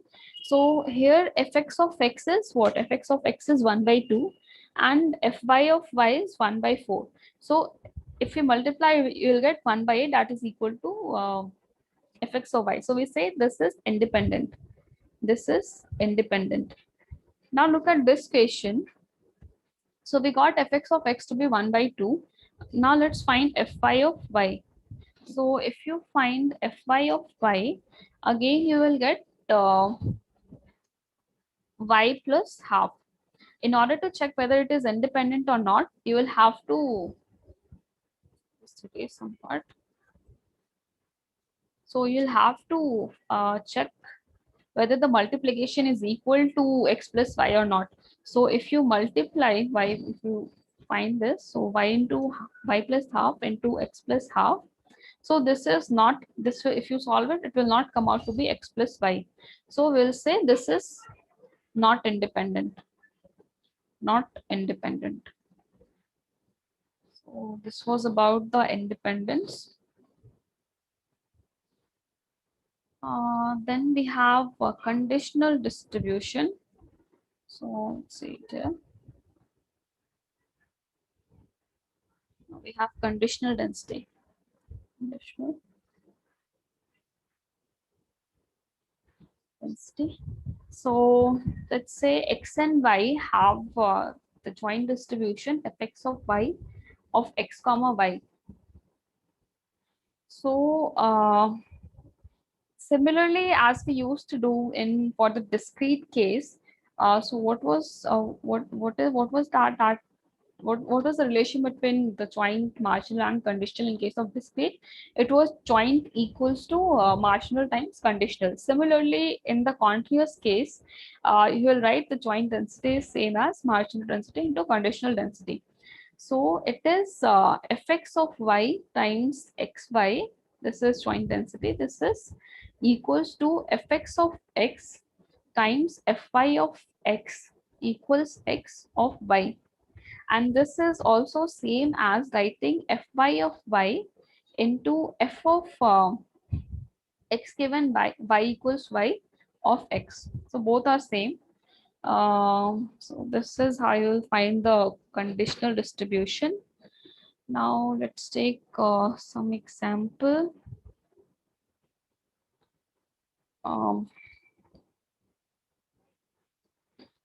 Okay, so one is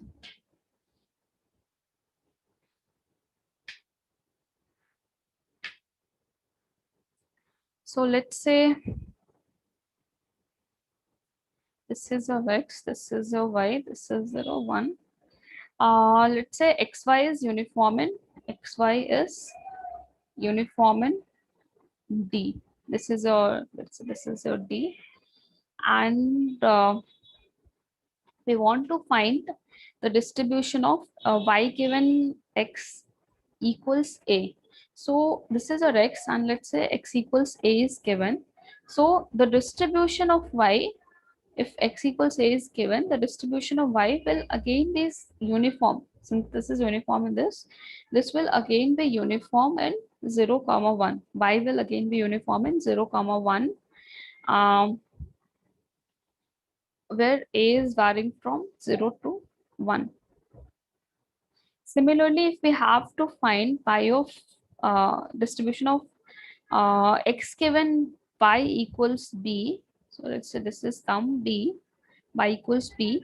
So we know that this is again uniform in 0, 1, x is uniform in 0, 1. So this is nothing but uniform in 0, 1, and b is varying from 0 to 1. So again, finding marginal or conditional is quite easy if the reason is given to be uniform. But if it is not given to be uniform, as in this case, where our fx of y was x plus y, and x and y were varying from lying between 0 to 1, then in that case, our fx of x came out to be x plus half. Fy of y came out to be y plus half, as we have seen in the previous slide. So if we have to find the conditional distribution, so if let's say we have to find f of y given x equals some a of y. So according to the formula, this will be what? F of xy, you'll just take this y here, fy of y there. So fx of y, x is given to be a, so a comma y divided by fx of a, right? This is what it will be. So this we already know from there. So this is going to be a plus half, and fx y of a comma y will be what? This is a plus y. So this term is a plus y by a plus half. So this is how you go about the conditional distribution density. So this was all in lecture 6, week 6. I think I missed something. Ma'am, that problem you have written down. Which prob? Yeah, okay. So anybody has anything to ask from week 6?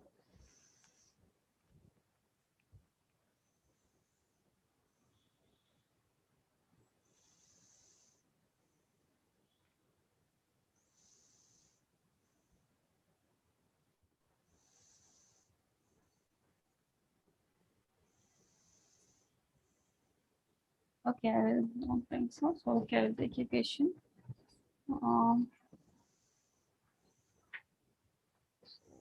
Question was.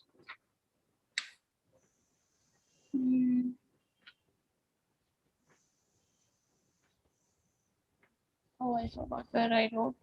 Can you tell it again? Question? Yeah, fx of x is F of 1 minus mod x. Mod x for X equal to minus 1 to 1. minus 1 to 1. Okay. And 0 otherwise. Okay, 0 otherwise. What do you have to find? Expectation of x and variance of x. Okay. So let's find the expectation of x. So first, just split it. So x is lying between minus 1 to 1, right?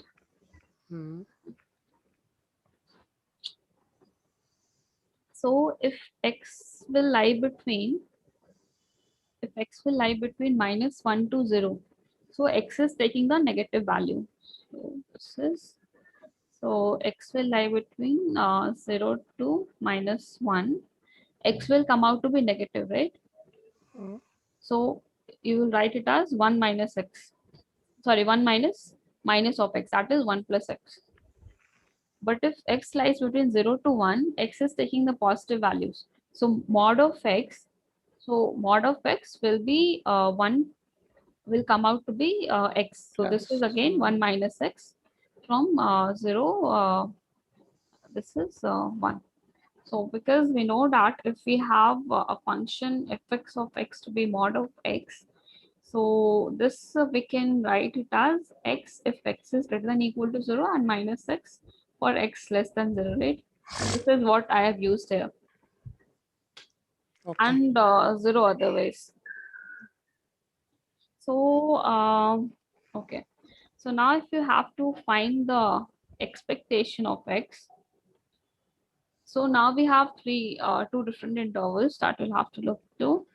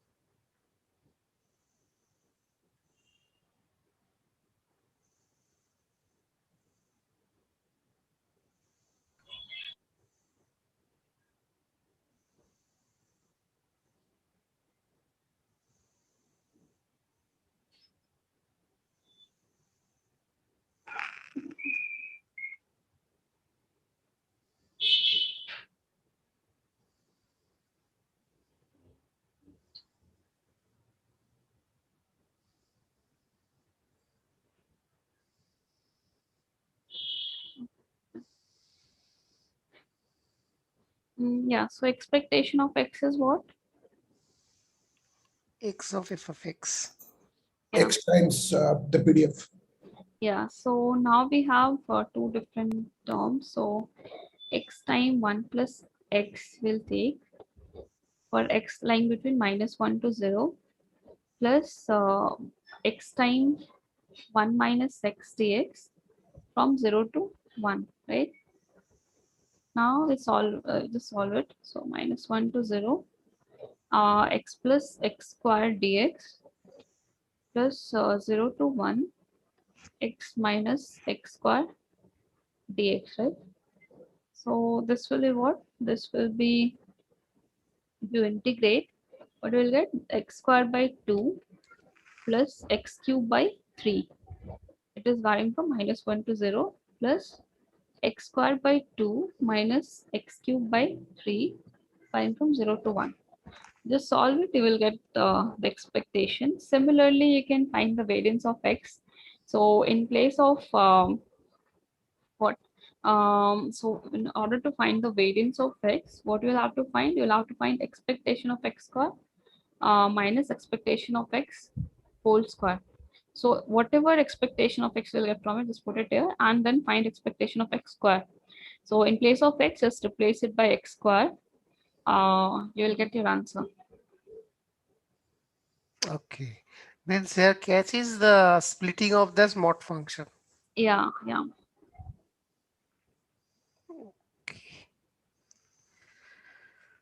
Okay. And ma'am, for this, can we expect also the trigonometric function to be there? No. Trigonometric will not be there. Okay.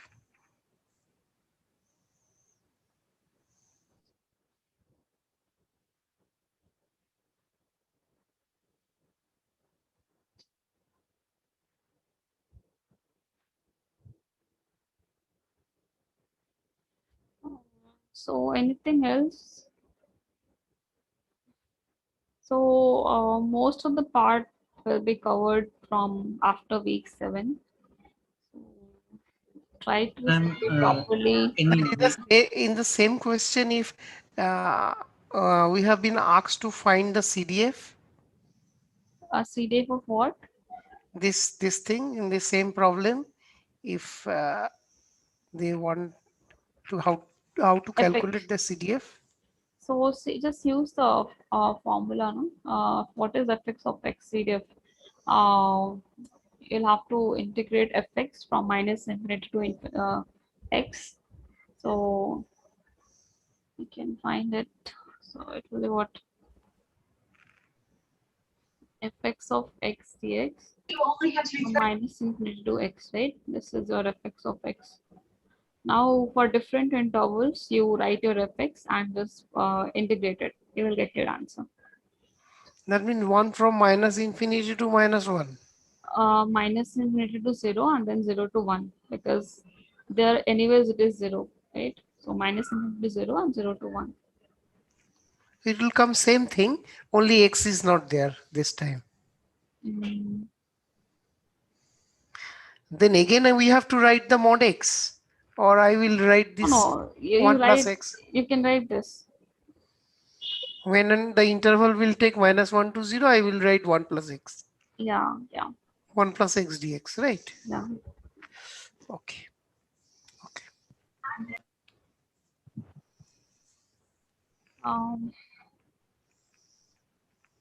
Yeah, so I was saying most of the part, majority of the question will be from week 7 onwards. So study those parts properly.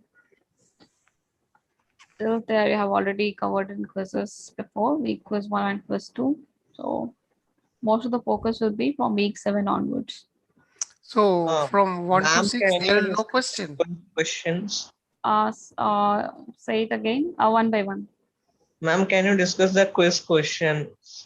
Okay, let me check the quiz question. So in 1 to 6, there will be no question. No, there will be questions, but it will be less, I'm saying. So majority will be from week 7 onwards.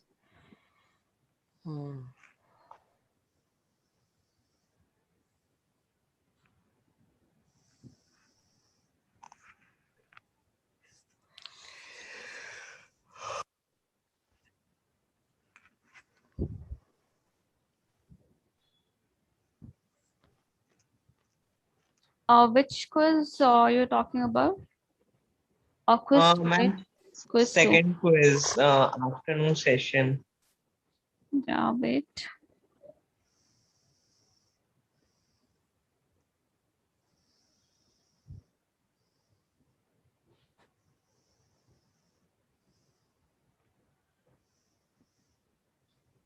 Question number, the joint density function of two random variables, right? Yes, ma'am.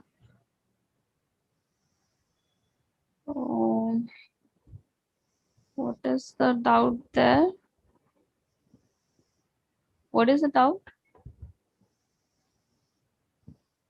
Can you tell me your doubt in that question?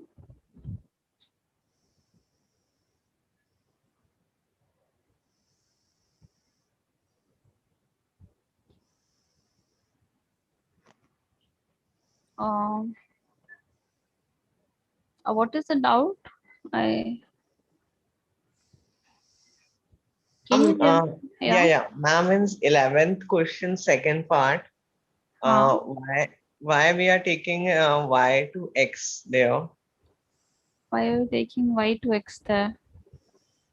Ma'am, in quiz 2, solution to PDF, 11th question, second part.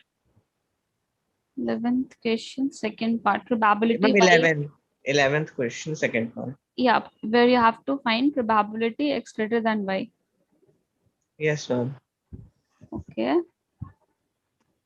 Why are we taking x to be y 0 to x? Is it?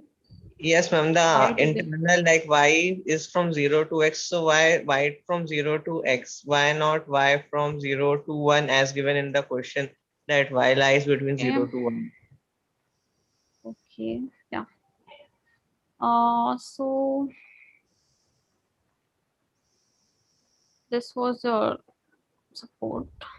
This is a support, right? Yes, ma'am. And y equals x. This is our x, this is our y. Now you have to find probability. This was probability x greater than y, right? Yeah. So, how do you find the probability? So it is. Ma'am, we will double integrate. In the region B of this square. Tell me, what should I write here? Ma'am, like I think it should be 0 to 1 in for both the integrals. I'm not asking the limit. I'm asking what should I write here. Okay, ma'am. Like 1 minute. Ma'am, like here it is given f of xy is 3 by 4 y square plus 1. So we should write it here. Okay. 3 by 4 x plus y is given to us. Okay, whatever it is, 3 by 4. Whatever it is, it is fx of fxy, xy, dx, dy. Now we have to decide what should we take the limit for x and y. So as you can see here, so x is varying from 0 to 1 and y is also 0 to 1. But see, why we have to take, so whenever, let's say you have to take the limit for x, so just draw a horizontal line. Okay. If you have to find the limit of x, just draw a horizontal line, horizontal strip, and just can you tell me the range of this strip? Ma'am, it is from 1 to x. 1 to x. How can it be 1 to x? What is this point? What is this point? Ma'am, this point is x. This point is x equals y, right? Yeah. This point is for this x, this point is y. Yes. And what is this? And this is 1. This is 1. So what is the limit of x? What is the lower limit of x? Ma'am, y. Y, and upper limit will go 1. So this is just any general line that you take. It can take anywhere. So if you write x line between 0 to 1, but that is for only if some point is there. But if some point is there, you cannot write x is lying between 0 to 1. X is lying between y to 1. Okay, ma'am. Ma'am, one more little doubt. Like, if f of xy here is a constant function, then also it will be a same procedure. F of xy, yeah, same procedure. Okay, ma'am. Thank you. Yeah. Ma'am, in the previous question, that CDF calculation, if you just go once more, go to that area. Yeah. This one? No. Yeah.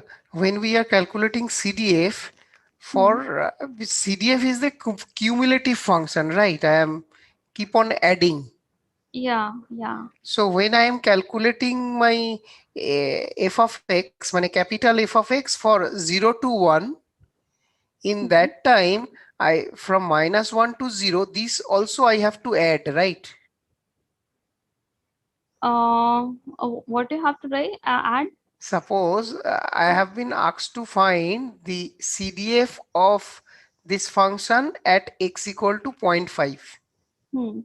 So I have to calculate for -1 to 0, and then from 0 to 1 with limit integration 0 to x f of x dx, where I will put x is equal to 0.5, but from -1 to 0 I have to add, right? Yeah, you have to add, no? Because it is CDF. Yeah, the same way we have found for the uniform distribution. So, yeah, we had found for this way. So we had taken into consideration all those intervals, but here the value that fx is taking was 0. So we neglected that, and this was the only thing that was left. Same procedure you can apply here. Yes, got it. Right. Yeah. Can I ask? Yeah.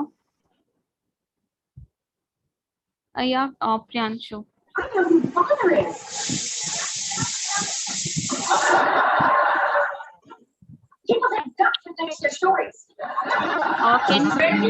Can you mute, Priyanshu?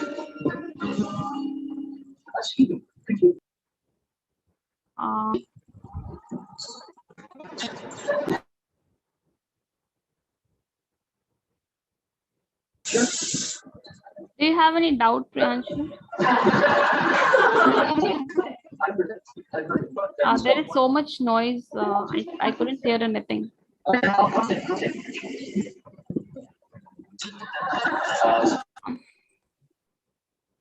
Priyanshu, there is so much noise from your side. If you have anything to ask, you can write it in the Can you hear me now? Yeah, now it is audible. Ma'am, I was having a general doubt about the end term exam. Okay. Ma'am, it was told to us that the majority of the week topics covered would be after week 7. Yeah. So, like, ma'am, can you elaborate anything about that? Like, how much should we focus about it? Would it be more than 50%? Like, ma'am, because the level of questions that are there in after week 10 are as high as compared when we study week 4 or to 6. So, like, if we would concentrate more on week 10, 11, that would be better to us if we know how much that would carry the weightage. No, I can't tell you the weightage, but No, not exactly the weight. Like, should it be very high, or should it be more like it is it 50%? Like, we study after week 7, or majority of the question coming after week 7 means less. Like, it is not 50-50, of course. So more focus is from the estimation part. So try to cover those part properly. Try to study properly. And ma'am, in the last quiz, in the estimation chapter, all this, there's bias error, the bias risk error, the balance, that formula, and the concentration phenomenon. All these things, they said ki no, the question will not come from there. You just concentrate on MME and ML. It was last time, no? Last time. So this time. This time you have to read everything. including that concentration phenomena set, Chernoff bounds, all this. Chernoff bond and all was not there before also. No, don't study Chernoff bond and all. Like complicated stuff. Chernoff bound was not there before also. Like we didn't ask any questions and the assignments also from Chernoff bound. So it is not there. Ma'am. Yeah. Ma'am, like I was thinking that I should just focus on week 7 to 12, like from today. So like, would that be fine for me for scoring good marks, or should I cover some topics of week 1 to 6? If you are comfortable enough from week 1 to 6, then it is fine. Then we can cover properly from week 7 onwards. Okay. Yeah. And we would get a mock test, like any practice test first. Mock test, it is already on the portal. No, like for the end term exam, I'm saying, like for the whole syllabus. For the end term exam only, I'm saying. There are 2 mock that is already uploaded on the portal. Solution also. That's why we didn't got any notification when it was released. That's why I didn't know that. It is there on the portal. Just check there. Okay. It is already uploaded last week itself. And just last one point.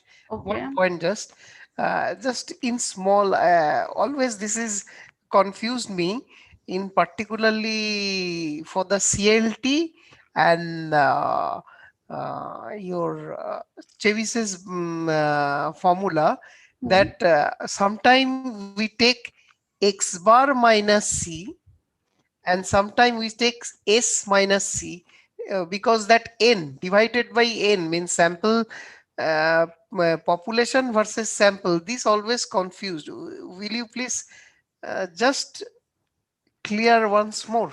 Okay, so see, there will be one more session from hypothesis testing.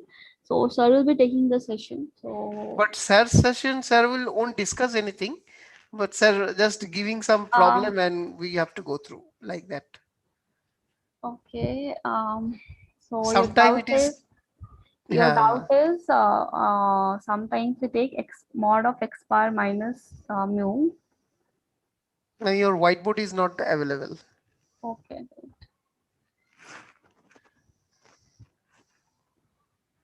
Yeah.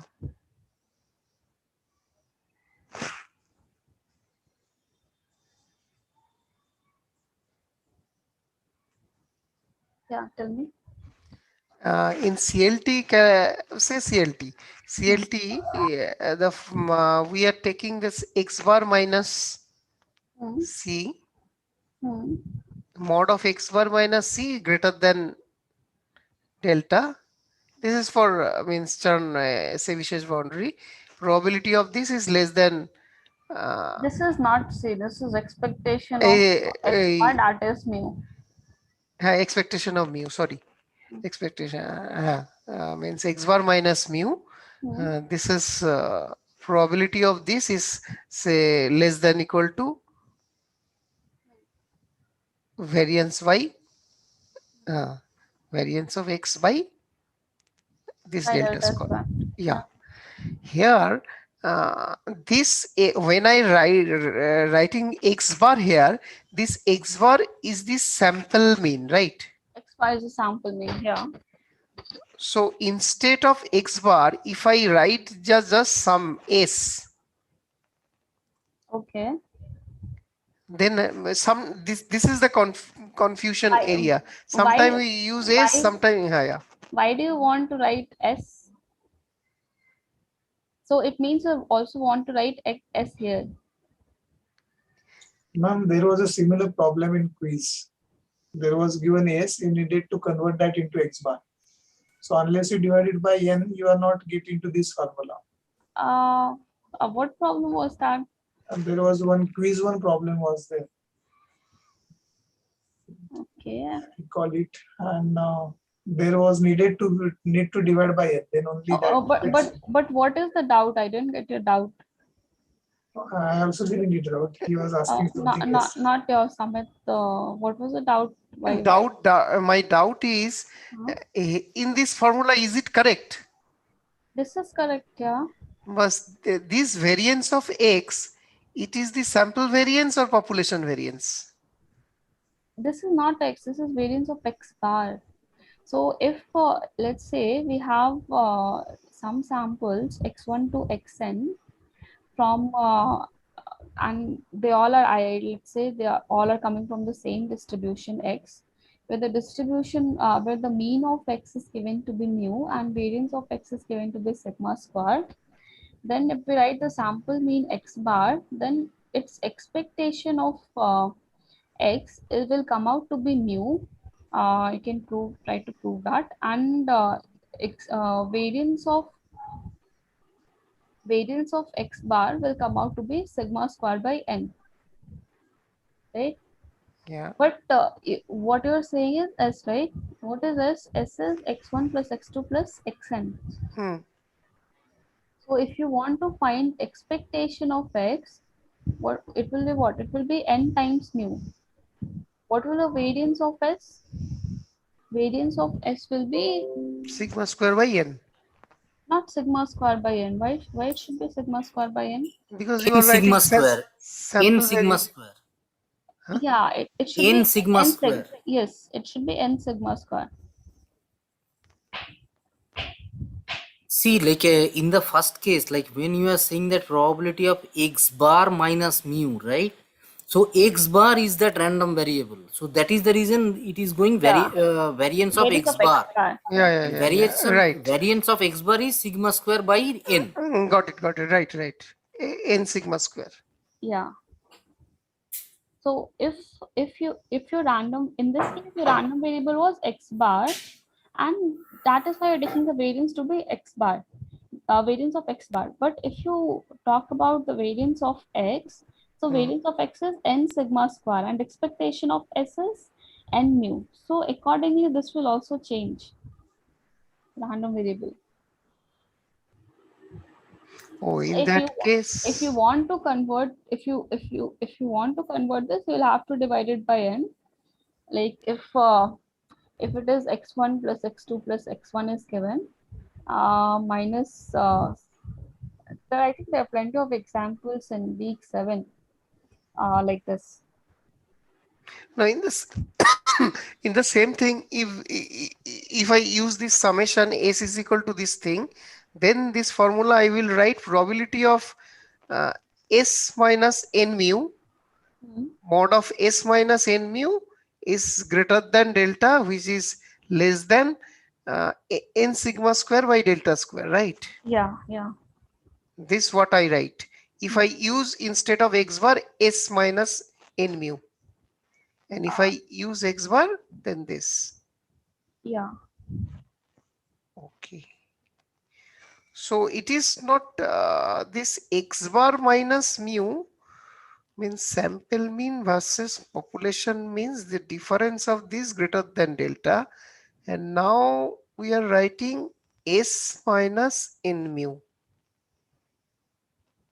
S minus n mu.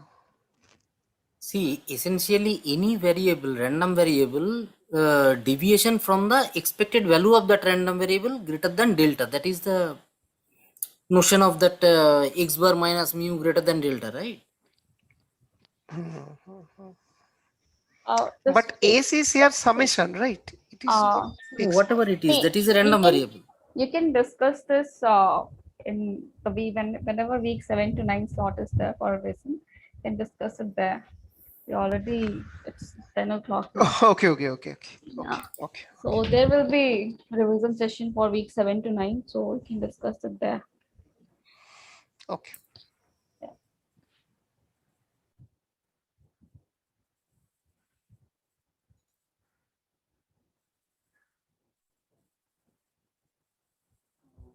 Okay, so we'll stop the session now. Yes. Yeah, thank you, ma'am. Thank you. Yeah, thank you. Good night. Yeah, good night. Can you close the session, Karthik?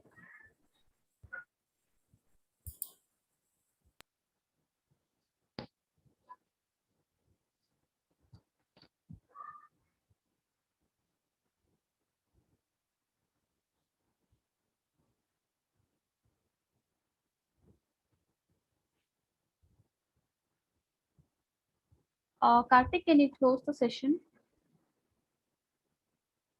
Okay, Nikita. Yeah. Yeah. Okay. Thank you.